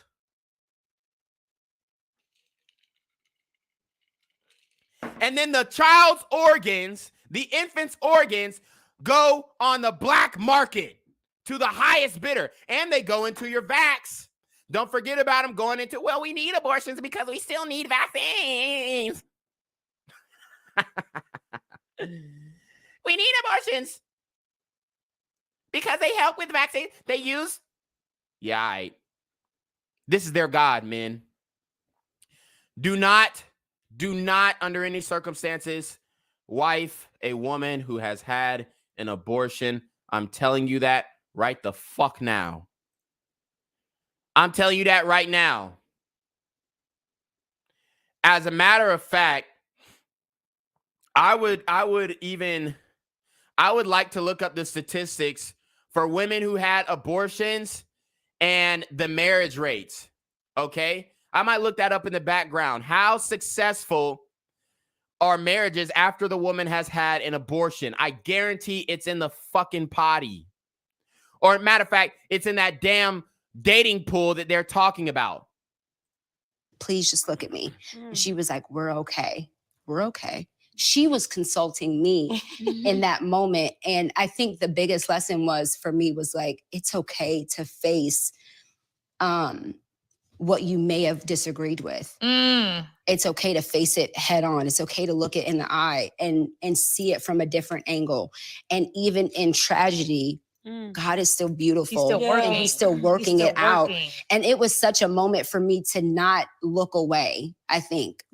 God is still working. So she didn't look away. She watched as the doctor euthanized the fetus of her best friend's child. She watched. The Baphomet told her, do not take your eyes off of this blood sacrifice. Don't take your eyes off of the blood sacrifice, bitch. This is my time to shine. Do not take your eyes off of the blood sacrifice. Don't do it, bitch. Lord, you can't make this up. You can't make it up. Shout out to CA with the $4.99 super trap. He says, do these women know anesthesia is administered to the body as well during the procedure? Oh, say less. Okay? This is wild, y'all. This is crazy. The Baphomet ball mullet told her, don't take your eyes off of my blood sacrifice, bitch.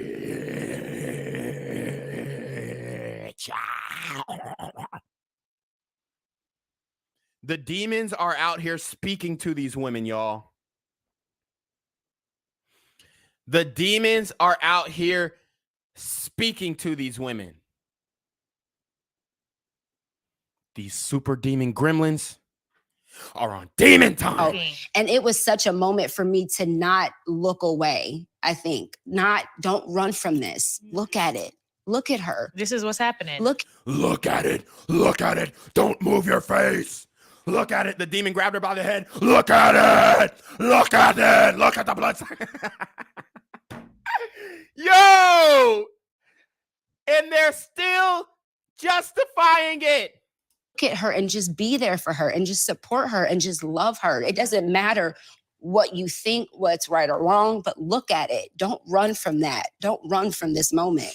I deal with so much internally that I like to just brush it off or focus more on compartmentalize it. Yeah, Mhm. but like her telling me to look Compartmentalize the death of your child. I told you these hoes are sociopaths. at her. I don't know. It was something about her telling me, look at me.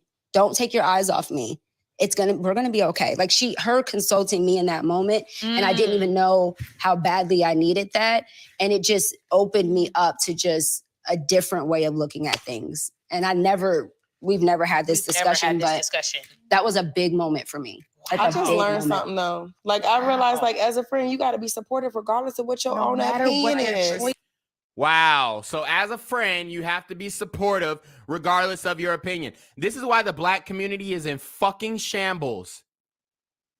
This is why the Free My Nigga campaign has had more black women being murdered than any other campaign. Free my nigga, he ain't do shit. He go out of jail and kill his fucking girlfriend. Okay? Well, you got to be supportive of your friend no matter what they did. So if my friend went and did some gruesome shit, if my friend became a super gremlin on demon time, you got to be supportive of your friend. Friends come first. This is bullshit. This is why the community is at where it's at. Because these women are leading, and, you know, we have to put some accountability on the men. The men, I mean, a lot of the men who have some damn sense, we just walked away. Like me personally, I don't deal with this shit. I don't. Okay? You can call it whatever you want, but I don't deal with this shit. You can call it MGTOW, you can call it SYSBM, you can call it whatever the fuck you want. I'm not dealing with this shit because if I have a conversation with a woman who is justifying these immoral acts, I'm going to tell you about your fucking self. I'm going to tell you. I'm going to keep it a bean, a buck, a slab stack. I'm going to tell you. Yo, bitch, you just fucked the baby and now and you let him come in you and you about to have an abortion? Are you fucking crazy? Yo, shorty, you just fucked a nigga that you knew for 2 hours at 19?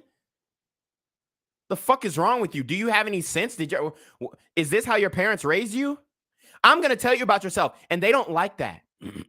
They don't like that. Okay? Yeah. Because that's and I know love. I can literally think of a friend already that I've like, damn, I feel horrible because I wasn't supportive because you went against what I thought was best for you. Yeah. That's crazy. And facing in any situation, what I just learned, facing the truth. Yeah. No matter what it is, That whether was you the agree truth, with it yeah. or not, whether whatever you have addiction, I don't have addiction. I'm a cheat. Whatever my problem is, this is the truth in this moment. This is happening. Yeah. It's the truth. The truth is I had an abortion. So face the truth, right or wrong. Walk in your truth, admit your truth. And if Okay, so let's get into this. Let's get into this. So I do have a chart. It's not exactly what I was looking for. This is the abortion rate per 100 live births for women who are married and women who are unmarried. Overwhelmingly, unmarried women are getting abortions, okay, as you can see. There's a smaller percentage of married women who are getting abortions. Why? Why? Because usually when you're married and you have a child, it's because you planned it. It's because you planned it. And the irony of Planned Parenthood being called Planned Parenthood when they're terminating pregnancies, when most of these hoes aren't fucking planning their parenthood. Okay? And this bitch just said, oh, she's proud of her abortion. Need I remind you what God they praise? Need I remind you what God they worship? Okay? This is deeper than just Roe v. Wade. No. This is deeper than just Roe v. Wade. All right? Let me see. Let me see if I can get the right chart, because I want to see the divorce rate. I want to see the divorce rate. You know, in that relationship, the data that the relationship presents with women who have abortions and women who get divorced. Okay? Whether they had the abortion during the pregnancy or after. So I'm still going to look for those statistics. But this is what it is, y'all. And like I said, none of the women in the chat who are trying to argue their points have come up to the StreamYard. We're looking at the poll now. Let's read the poll results. It says, how much responsibility do men have for making women single mothers? We have 0 to 20% say, 38% say 0 to 20% responsibility. 21% say 20 to 40% responsibility. 27% say 40 to 60% responsibility.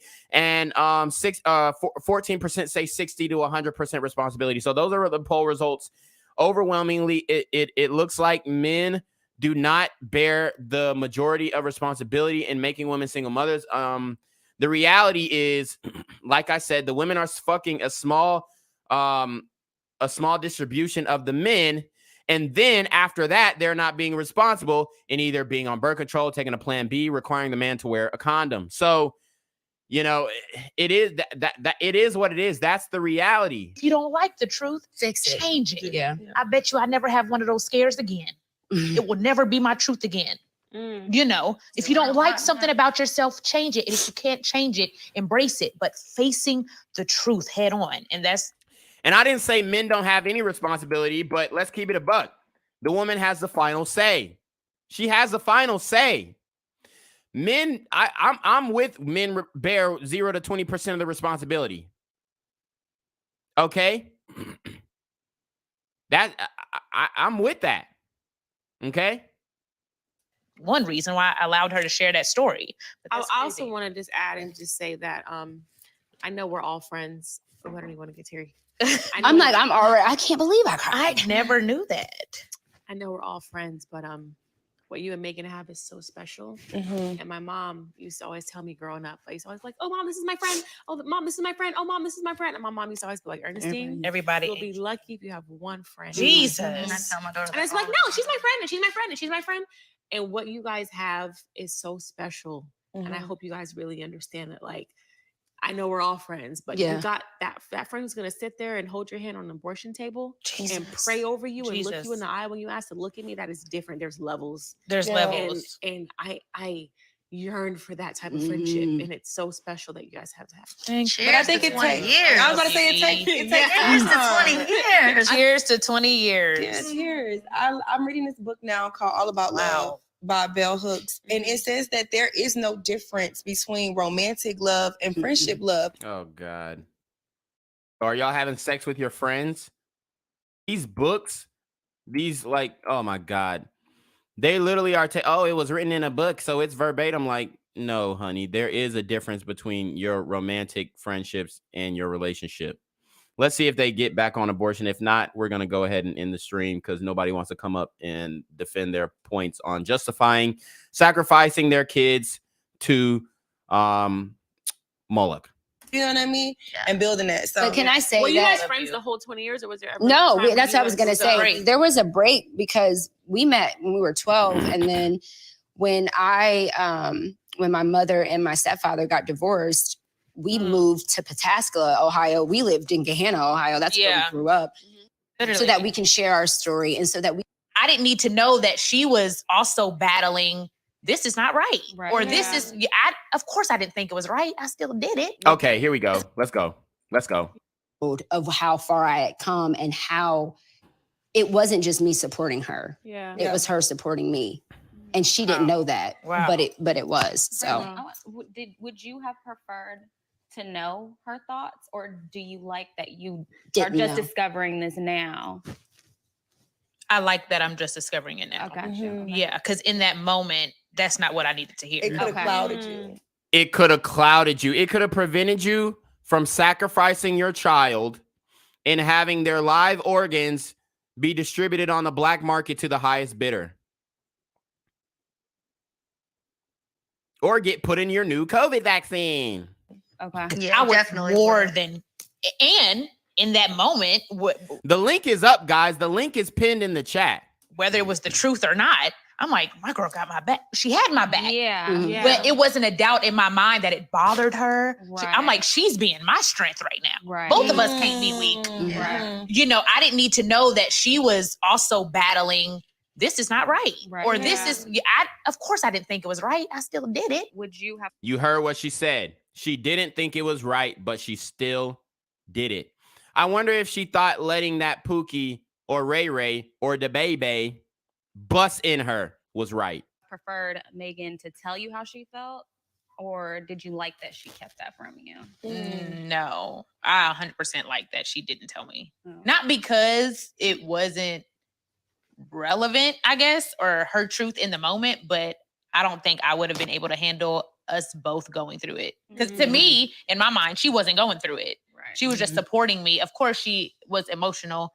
Something right there. Emotional because of what I was going through, but she was like my rock at that time. So I wouldn't have wanted to know that she was like actually having a mental war. Or a mental, It was mental, it was spiritual, it was emotional. I was having a full on like. Notice how the abortion of another woman traumatized her.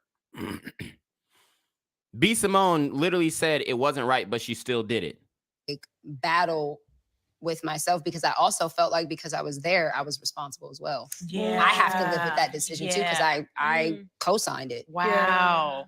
Wow. So yeah, I'm glad I didn't know that in that moment, but I am glad I know it now. Yeah. But that's important. I never knew that. Your friends don't need, sometimes your friends just need you to show up. Yeah. I don't need your opinion. I don't need your convictions. I just need you to show up. And and sometimes as a friend and in relationships in general, not just friendships, any relationship,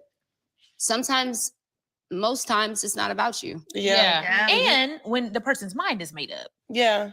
It was a definite yes for me. It wasn't unfortunately, I didn't pray about it. I honestly didn't. I didn't say, I'm going to wait and see what God, I didn't think about it. That was my decision in that moment. When your friends are for sure, so whether it's right or wrong, okay, learn on your own.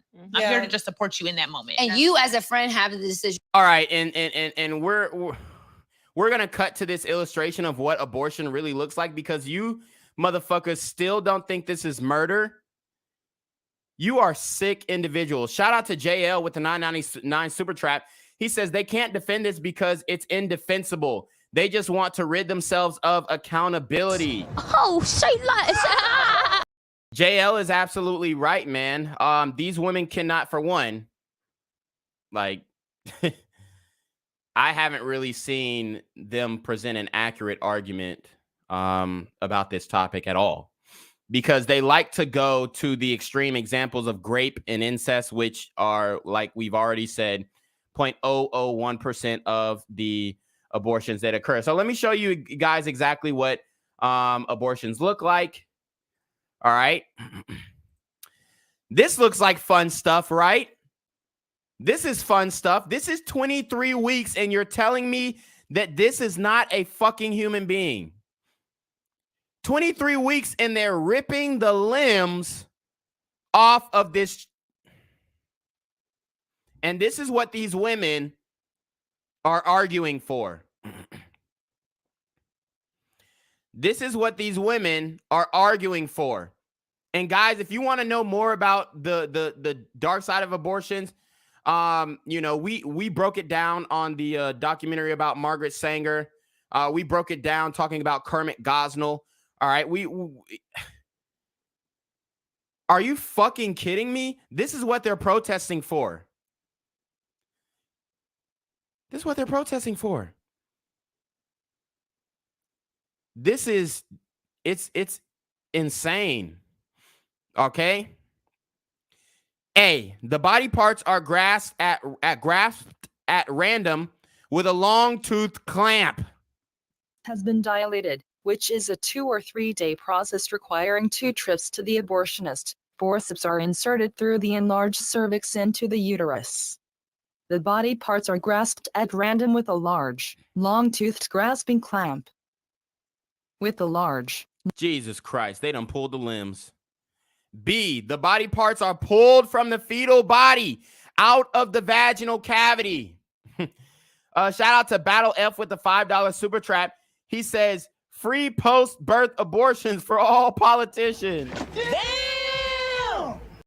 Long-toothed grasping clamp. The abortionist twists the calcified limbs and other body parts from the unborn baby. And this is what they don't want to talk about. That child is 23 weeks. 23 weeks, y'all. And they want abortions to be legal up to the 3rd trimester. Women are begging for this. They're begging for this. They're on bended knee. They're on bended knee. And they're talking about, it's my body. You can't control a woman's body. Well, what about the fetus's body that you just fucking dismembered? And pulls them from the baby, which is capable of feeling pain, and proceeds to pull the calcified body parts out of the vaginal canal. The potential for injury. Oh, it's incapable of feeling pain. Bullshit. To the woman can happen during this procedure. The remaining body parts, with the exception of the head, are grasped and pulled out through the vaginal canal. During this procedure, perforation of the uterus is possible.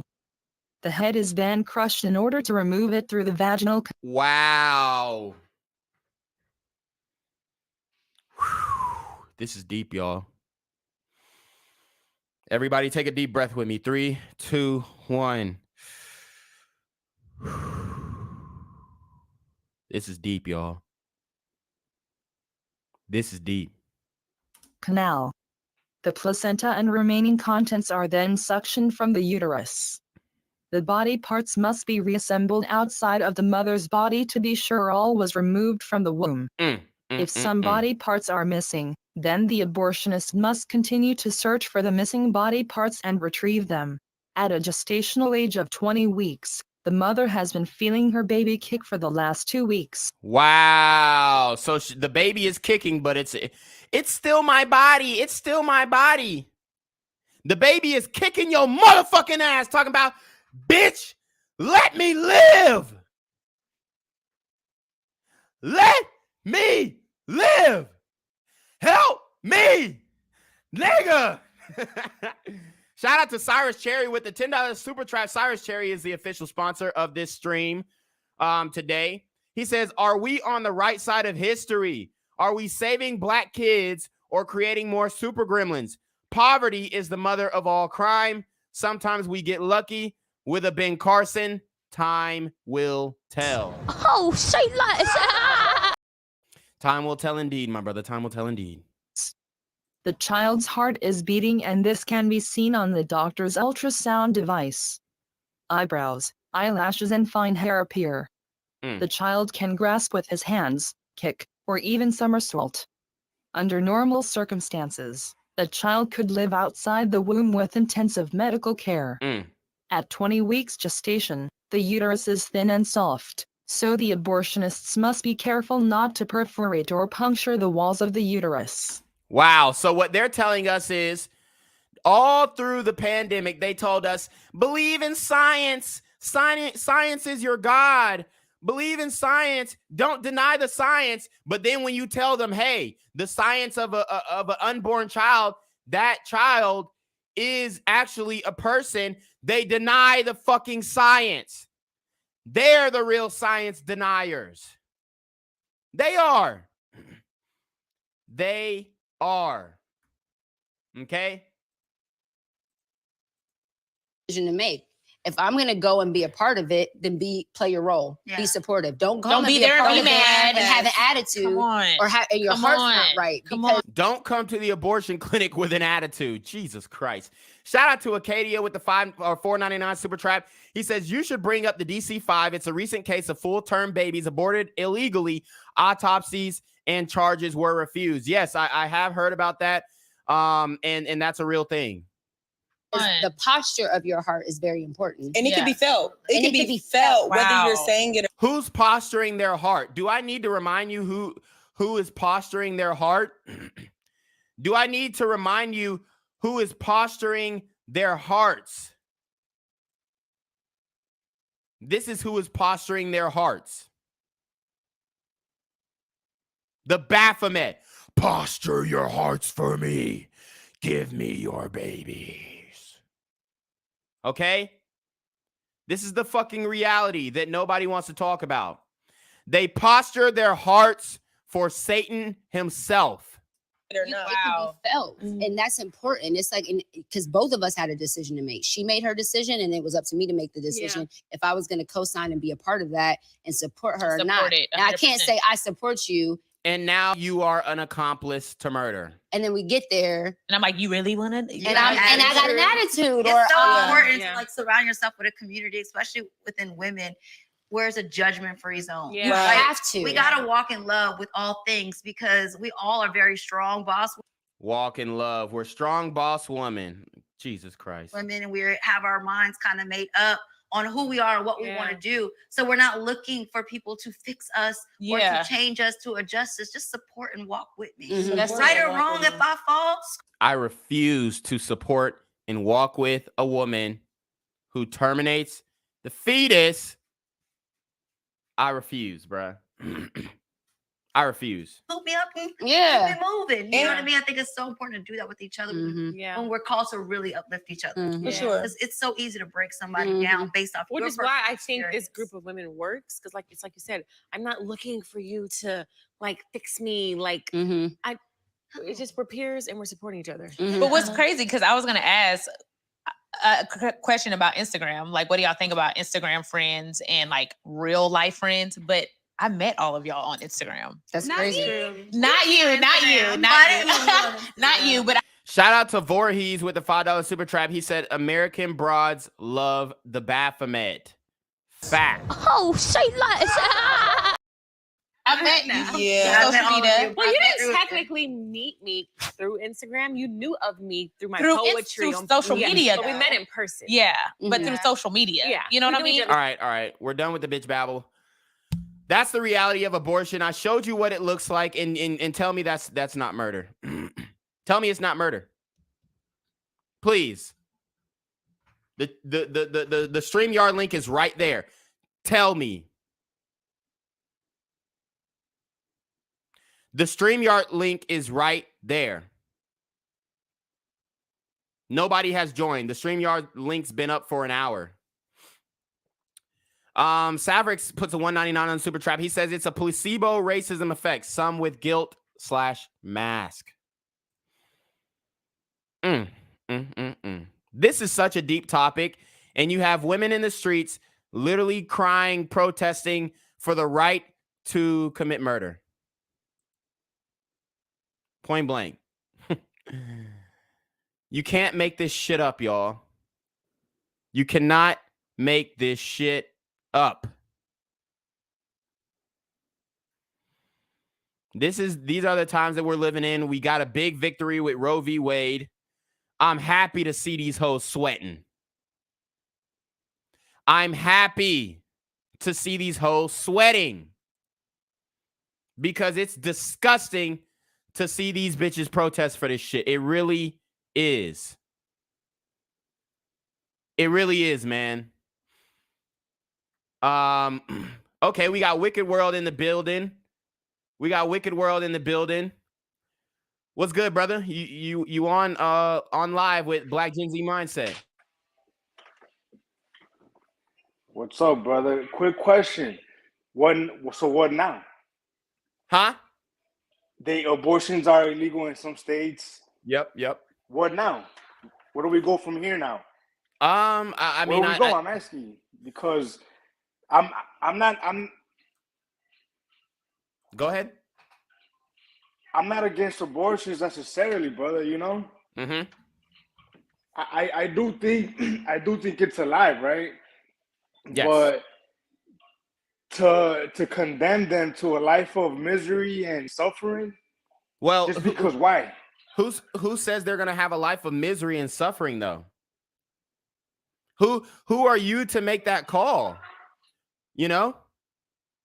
Like if you can't financially take care of the child, you can put it up for adoption. There's no guarantee that that child is gonna have a life of misery. I mean, look at fucking Colin Kaepernick. He was adopted. You think he's having a life of misery? No, he creates his own misery by all this race baiting. That's the misery that he created, not the world. I hear what you're saying. But Kaepernick is, that's a rarity. It's an anomaly. It's not really. I mean, me and you both know planet Earth sucks, right? We look at, and with all due respect, we look at the stand, right? Mm-hmm. Can you imagine the demons that will be unleashed upon that community that's already struggling as it is with due time? And I get that argument. My thing is, for one, we definitely need to give more support to getting children adopted, especially infants. And it's more likely that a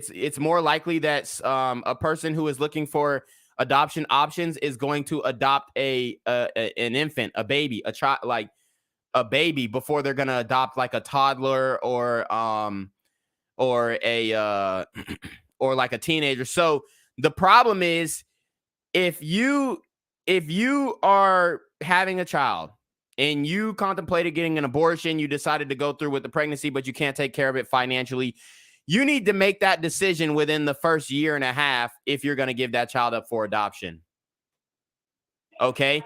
Because and that should be something that is taught, because the likelihood of that child getting adopted in the later stage in life is significantly goes down. So people are more likely to adopt babies instead of teenage kids. So that decision needs to be made just as quick as these hoes was going to make the decision to make an abortion. They have that damn child. They need to make the decision to give the child up for adoption. We got Kenneth Wright in the building. What's good, brother? Hey, how you doing, man? What's good? What's your take on the Roe v. Wade being overturned? I'm ecstatic. I'm happy. I just wanted to put some things out there because the pushback. Well, first, let me say I'm a big fan, man. I enjoy your content. You're doing your thing, man. Appreciate it. Yeah, to go to the topic, I just want to put some information out there. When these people say that the baby's a clump of cells and they don't have all this stuff, let's understand something here. Typically, a woman does not know she's pregnant until after 2 weeks. Mm-hmm. By 2 weeks, the baby has a heartbeat. Mm-hmm. Okay, so most abortions are not happening within the first week of pregnancy because most women don't know that they're pregnant within the first week. Right. Most abortions, I think, happen like in by a month. most abortions happen within a month, couple of month and a half, something like that. All the way up to what you're talking about right there. Most abortions generally happen within the first and second trimester. Right. So, but in the late stages of the first trimester, which means that the baby has a heartbeat, is starting to have so the baby can feel what's going on. Is the point?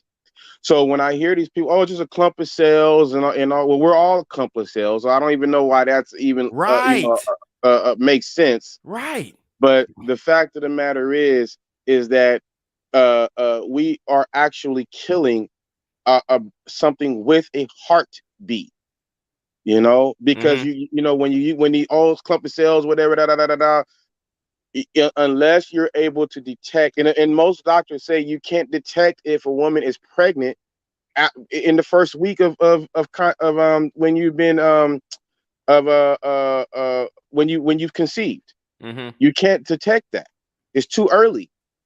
You know. So when all these things are happening, it's happening at a time when the baby's going to feel what's going on. This is terrible.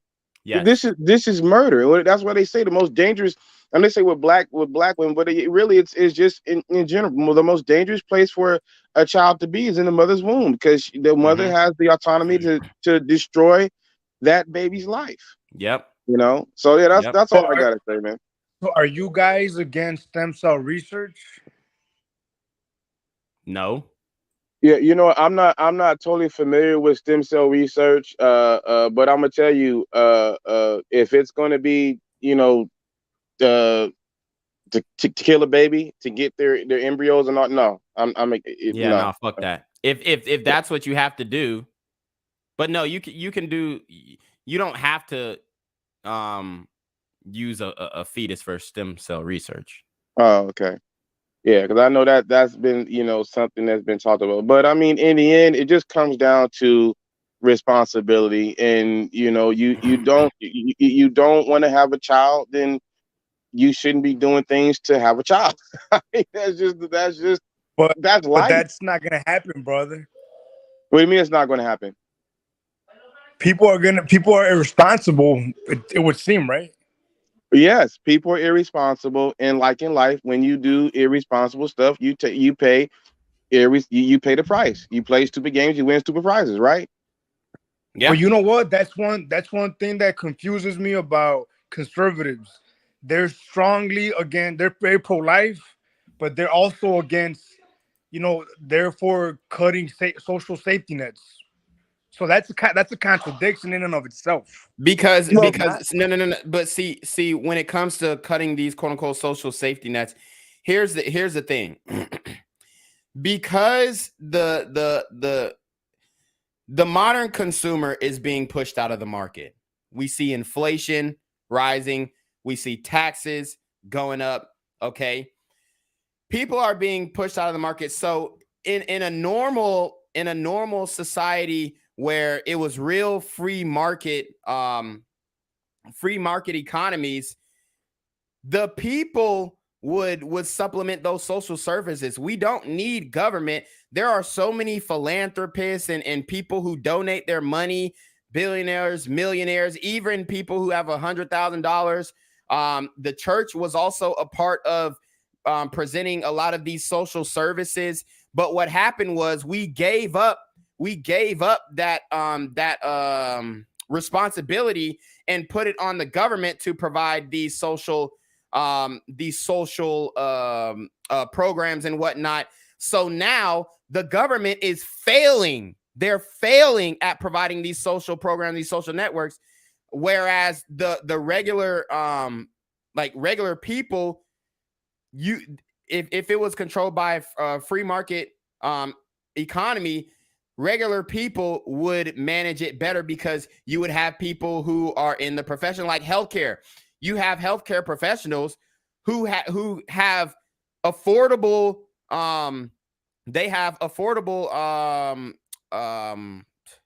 what's the word that I'm looking for? Affordable replacements, if you will, for the government healthcare system. But because the government has such a stranglehold on the healthcare system, they won't enable this to happen. So what do I mean by this? They're inflating the prices of drugs. They're inflating the prices of what we call insulin, right? They're inflating the prices. And yeah, you can say, oh, these private companies are doing it. But if you had private practitioners who controlled these, it would be regulated by the economy. So if somebody puts their price of insulin at, say $100 or whatnot, then somebody's going to come in and say, hey, I can provide it for $50. And then everybody's going to adjust. Well, the new market rate is $50 because that's the demand, right? So I think that they're relying on government intervention instead of supply and demand. And that's what's fucking up these social programs, the healthcare system and all that. But that's being done on purpose. Yes. Yeah. That's what I'm saying. It's being done on purpose. And the thing about it is all of these politicians are all getting kickbacks from this. Right. And it's happening on both sides. And the greatest example of that of what they did with the COVID epidemic. Look at all the billions of dollars that were funneled to these private pharmaceutical companies. Our tax dollars for a shot that doesn't work. That's actually killing people. Also look at the billions, how instead of allowing people to go back to work, in which they could, they kept everything shut down on purpose and then decided to give you a few pennies, checks, COVID relief money as they call it. And most of it was funneled to people who did not need it and also did not even get to small businesses. So they destroyed the economy. This is all being done on purpose because as long as you rely on the government, they can control you. And that is why to this day, they are bringing in millions of people who are destitute and they know will be relying on the federal government. This is all in a backhanded way to take away each of our individual rights. And if you notice it in the West, with all the money and the billions that we spend in Medicaid, Medi-Cal, and government money, people are still sick and people are still dying. Still have the highest rate of infant mortality in the Western world. So you have to ask yourself, where's that money actually going? What are we actually doing? None of it, there was no quality control. And that's the reason why they want to continue the government to subsidize. We're subsidizing, not only that, we're subsidizing people who don't even care about their own health. At what point do we say as a society, there's some people we just have to let go? If you're not intelligent enough to take care of yourself, you can't even make it to your doctor's appointments on purpose, but you can still steadily drink, use alcohol, use drugs. Go to the club. Go to the club, get your nails done, get your eyelashes put on, but you can't take a yearly annual exam. You can't take your kid to the doctor. You come into the emergency room. And then let's not forget the billions that we're spending on migrants that are coming here. They are getting healthcare on our tax dollars. Look at the billions that are spent on these guys who are shot and killed. These are people that are not going to be, once they become disabled, they are not going to be in the job market. So we're stuck taking care of these people. And at what point do we say, no, this is ridiculous? Right. But can I say something? Go ahead. I'm looking in the comment section. Everybody's bringing up this formula thing and this formula shortage. Let me address this. Listen, I got 5 kids. Okay. All by the same woman, all by my wife. But let's understand something here. This whole logic, this is going to what the sister's saying about dependence on the government. Okay. The food that is made for babies is breast milk, not the breasts formula. are for feeding, not for shaking in front of somebody's face. Right. So when we sit here and talk about a formula shortage, well, there can never, as long as the mother is eating, right, and then the baby. Listen, again, I took Lamaze and everything. Understand something here. The baby is going to get whatever it needs first while the baby is in the mother. Okay, the baby. That's why if the mother is malnutrition, the baby can be okay. Eventually, it'll hit the baby, but the baby is going to get what it needs first. And the same thing when that baby comes out and that breast milk is formed, that is the best food for that baby, not formula. Breast and let me tell you milk something is the too. best food. Look at how weak these generations are coming up. You look at these young kids, especially these boys, they have breasts. Look how flabby their skin is. That is all from not only just the food, but think about it. Your first immune system is built off of breast milk. That first month or so from the breast. Think about also intelligence. Also, a lot of these women, they just stick a bottle in their mouth and then stick the baby in the crib. When you are breastfeeding your child, you're holding them close. They're close to you. They are next to your heartbeat. There's certain emotional connection that you have with a baby that you're breastfeeding that no, you do not get when you bottle feed. Totally different. Do you have kids, AP? Yes, sir, I did. I breastfed both of my kids up until the age of 4. And no, I don't have C cups. They're little, they're bee stings. So size doesn't matter. Like again, I was thinking about like what the sister was saying with dependence on the government, and this is scary to me because even when we're going through the pandemic, and used to see like all this stuff going on, people racing to the grocery store when the fear of a food shortage, and I remember seeing women on TV crying because their babies because she couldn't get diapers for her baby. And it had me thinking back to when I was a kid. I remember my grandmother used to argue with my mother about because I guess at one time my grandmother obviously used cloth diapers, and she used to say that what are those diapers that the disposable diapers made mothers lazy. Right. And she also didn't like the whole idea behind formula. I know I'm reading the comments. Not everybody, all women can, utilize formula. I think a lot of it has to do with your diet, but that's another conversation. But the point is we become so dependent on the government. Right. I remember my grandmother would, my grandfather would go fishing, come home, and both my grandparents had gardens. And, you go in that garden, potatoes, tomatoes, apples, everything. And when my grandfather going fishing and everything that when we ate on the table, everything that my grandparents would put on the table, my grandmother would say, all this stuff came from us. Right. You didn't have to, like, if the grocery store shut down, we become so dependent on the government, we be in bad shape. Because none of us, the society that we're in today, we become so dependent on the government that we don't even know how to grow our own food. We can't even take care of our own children now without the help of the government. We're talking about breastfeeding and everything how are children getting fed before formula? And let's understand, formula is from an animal. It's from a cow. You are feeding your baby something from a cow. So we have to understand that. I mean, the government definitely plays a role in our society, but it's gotten to the point we get way too dependent on the government, all the way up to like this. Government shouldn't be involved in the ability to kill our kids in the first place. You can talk about something that's so draconian. I mean, maybe hopefully 102 years from now, 100, 200 years from now, society will look back on this and say, I don't believe that they were actually killing their children. Hey, but my kids, they drank formula and they're strong. They're big and strong.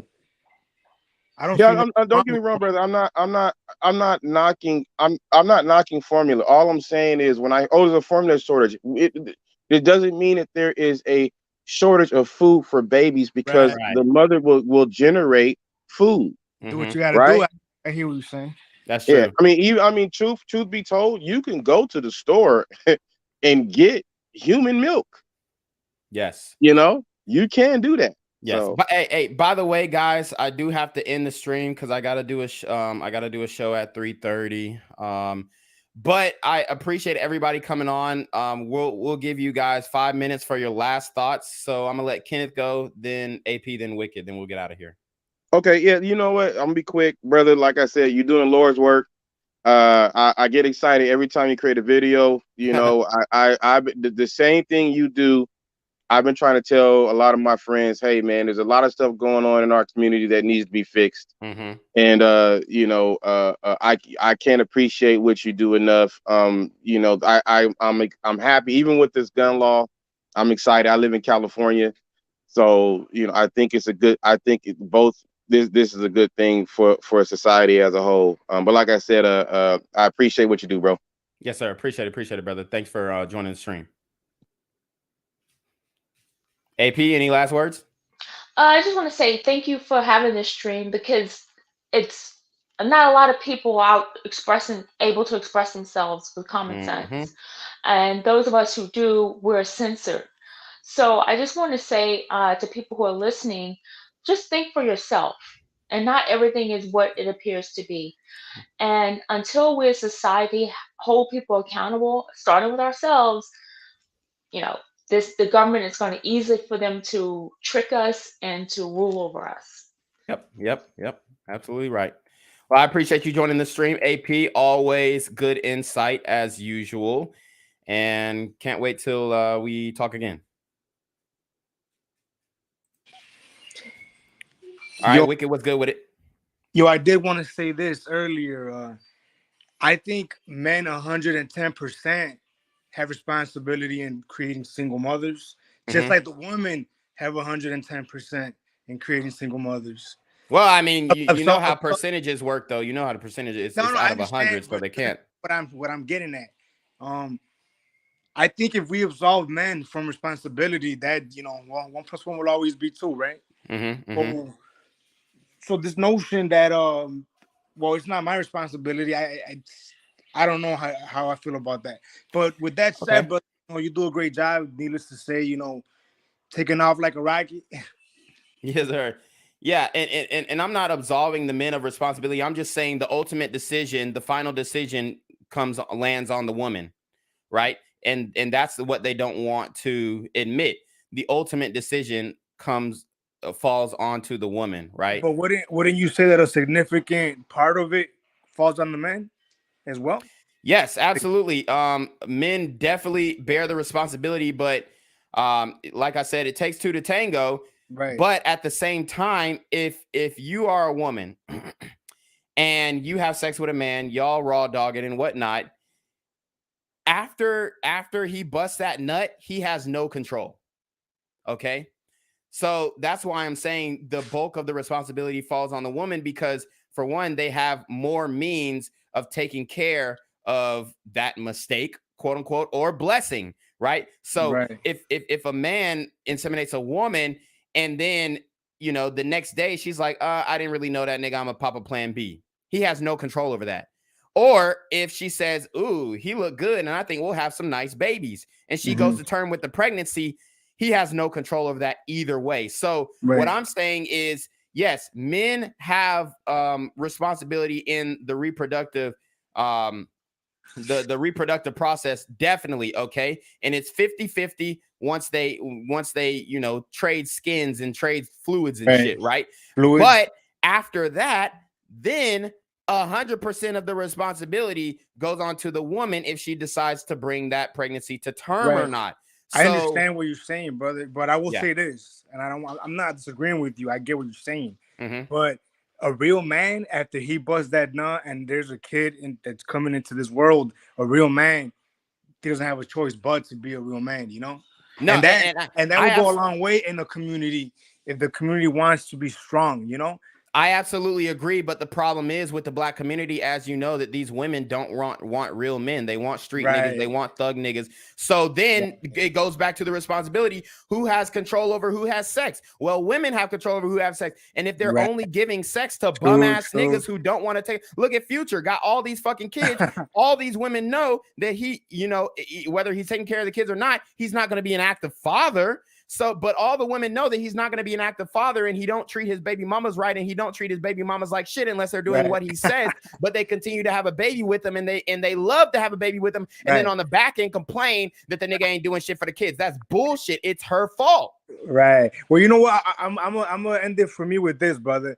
You always come with great points. I don't disagree with you. I just hope that you understand what I'm trying to say, brother. Absolutely. You be safe out here, brother. God bless. Yes, sir. You too, brother. You too, brother.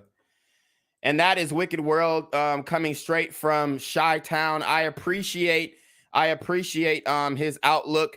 But like I said, man, especially in the community, these women, just like that 19-year-old girl from the B. Simone video, These women are smashing guys that they don't even know. It's not like he took advantage of her.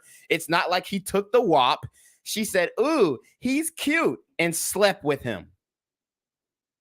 So tell me whose fault is that? But anyways, guys, you already know what it is. We had a great stream today. I'm just going to remind you of a few things. We have the BGZM News 17 Instagram is growing slowly but surely. We also have the BGZM News 17 YouTube channel, which is growing slowly but surely. So make sure you guys go and subscribe to that channel. We're trying to get to 1,000 subscribers by the end of the month, which is going to be a pretty hard feat, but I know that we can do it, especially with these 6,000 subscribers on this channel now. So make sure you go follow the BGZM News 17 Instagram, the BGZM News 17 YouTube, and the Black Gen Z Mindset YouTube and the Black Gen Z Mindset Instagram. I'm going to start posting the full videos from the BGZM News 17 YouTube to Instagram. So we do have the Instagram is going to be the same as the YouTube. We're going to post the full videos on there with the thumbnails, with the captions, with everything that you guys love about BGZM News 17 and Black Gen Z Mindset. We're also going to do the same thing on Black Gen Z Mindset. We're going to post the full video. We're going to post a full video of the YouTube videos on Black Gen Z Mindset as well. So, you know, I really appreciate everybody for showing their support, showing their love. Make sure you go get that Instagram up, both of the Instagrams. The BGZM News 17 has no commentary, and the Black Gen Z Mindset page has commentary. So if you guys are annoyed with my voice, if you guys are annoyed about me saying these super gremlins are on demon time, make sure you go to the BGZM News 17 YouTube channel, because it's straight news stories. BGZM News 17 covers a lot more than I can cover by myself. Okay, so that is another good thing. There's going to be a lot more stories coming out on BGZM News 17. I'm trying to do like 5 a day, along with my 2 a day on Black Gen Z Mindset, plus the 2 lives that I do every single week on Monday and Thursday, which I had to push this live back to Saturday because I had a situation going on Thursday that I had to handle. So guys, you already know what it is, man. It's the Black Gen Z Mindset. It is your boy, Jenquavius Jackson. You already know. Make sure you go ahead and like, comment, share, subscribe. And, you know, I love to have this discussion. I wanted to get more women on here who disagreed, but it looks like that they did not have the ovaries to come step to your boy, Jenquavius. So without further ado, guys, we are going to send it off to the brother Jenquavius to take us away.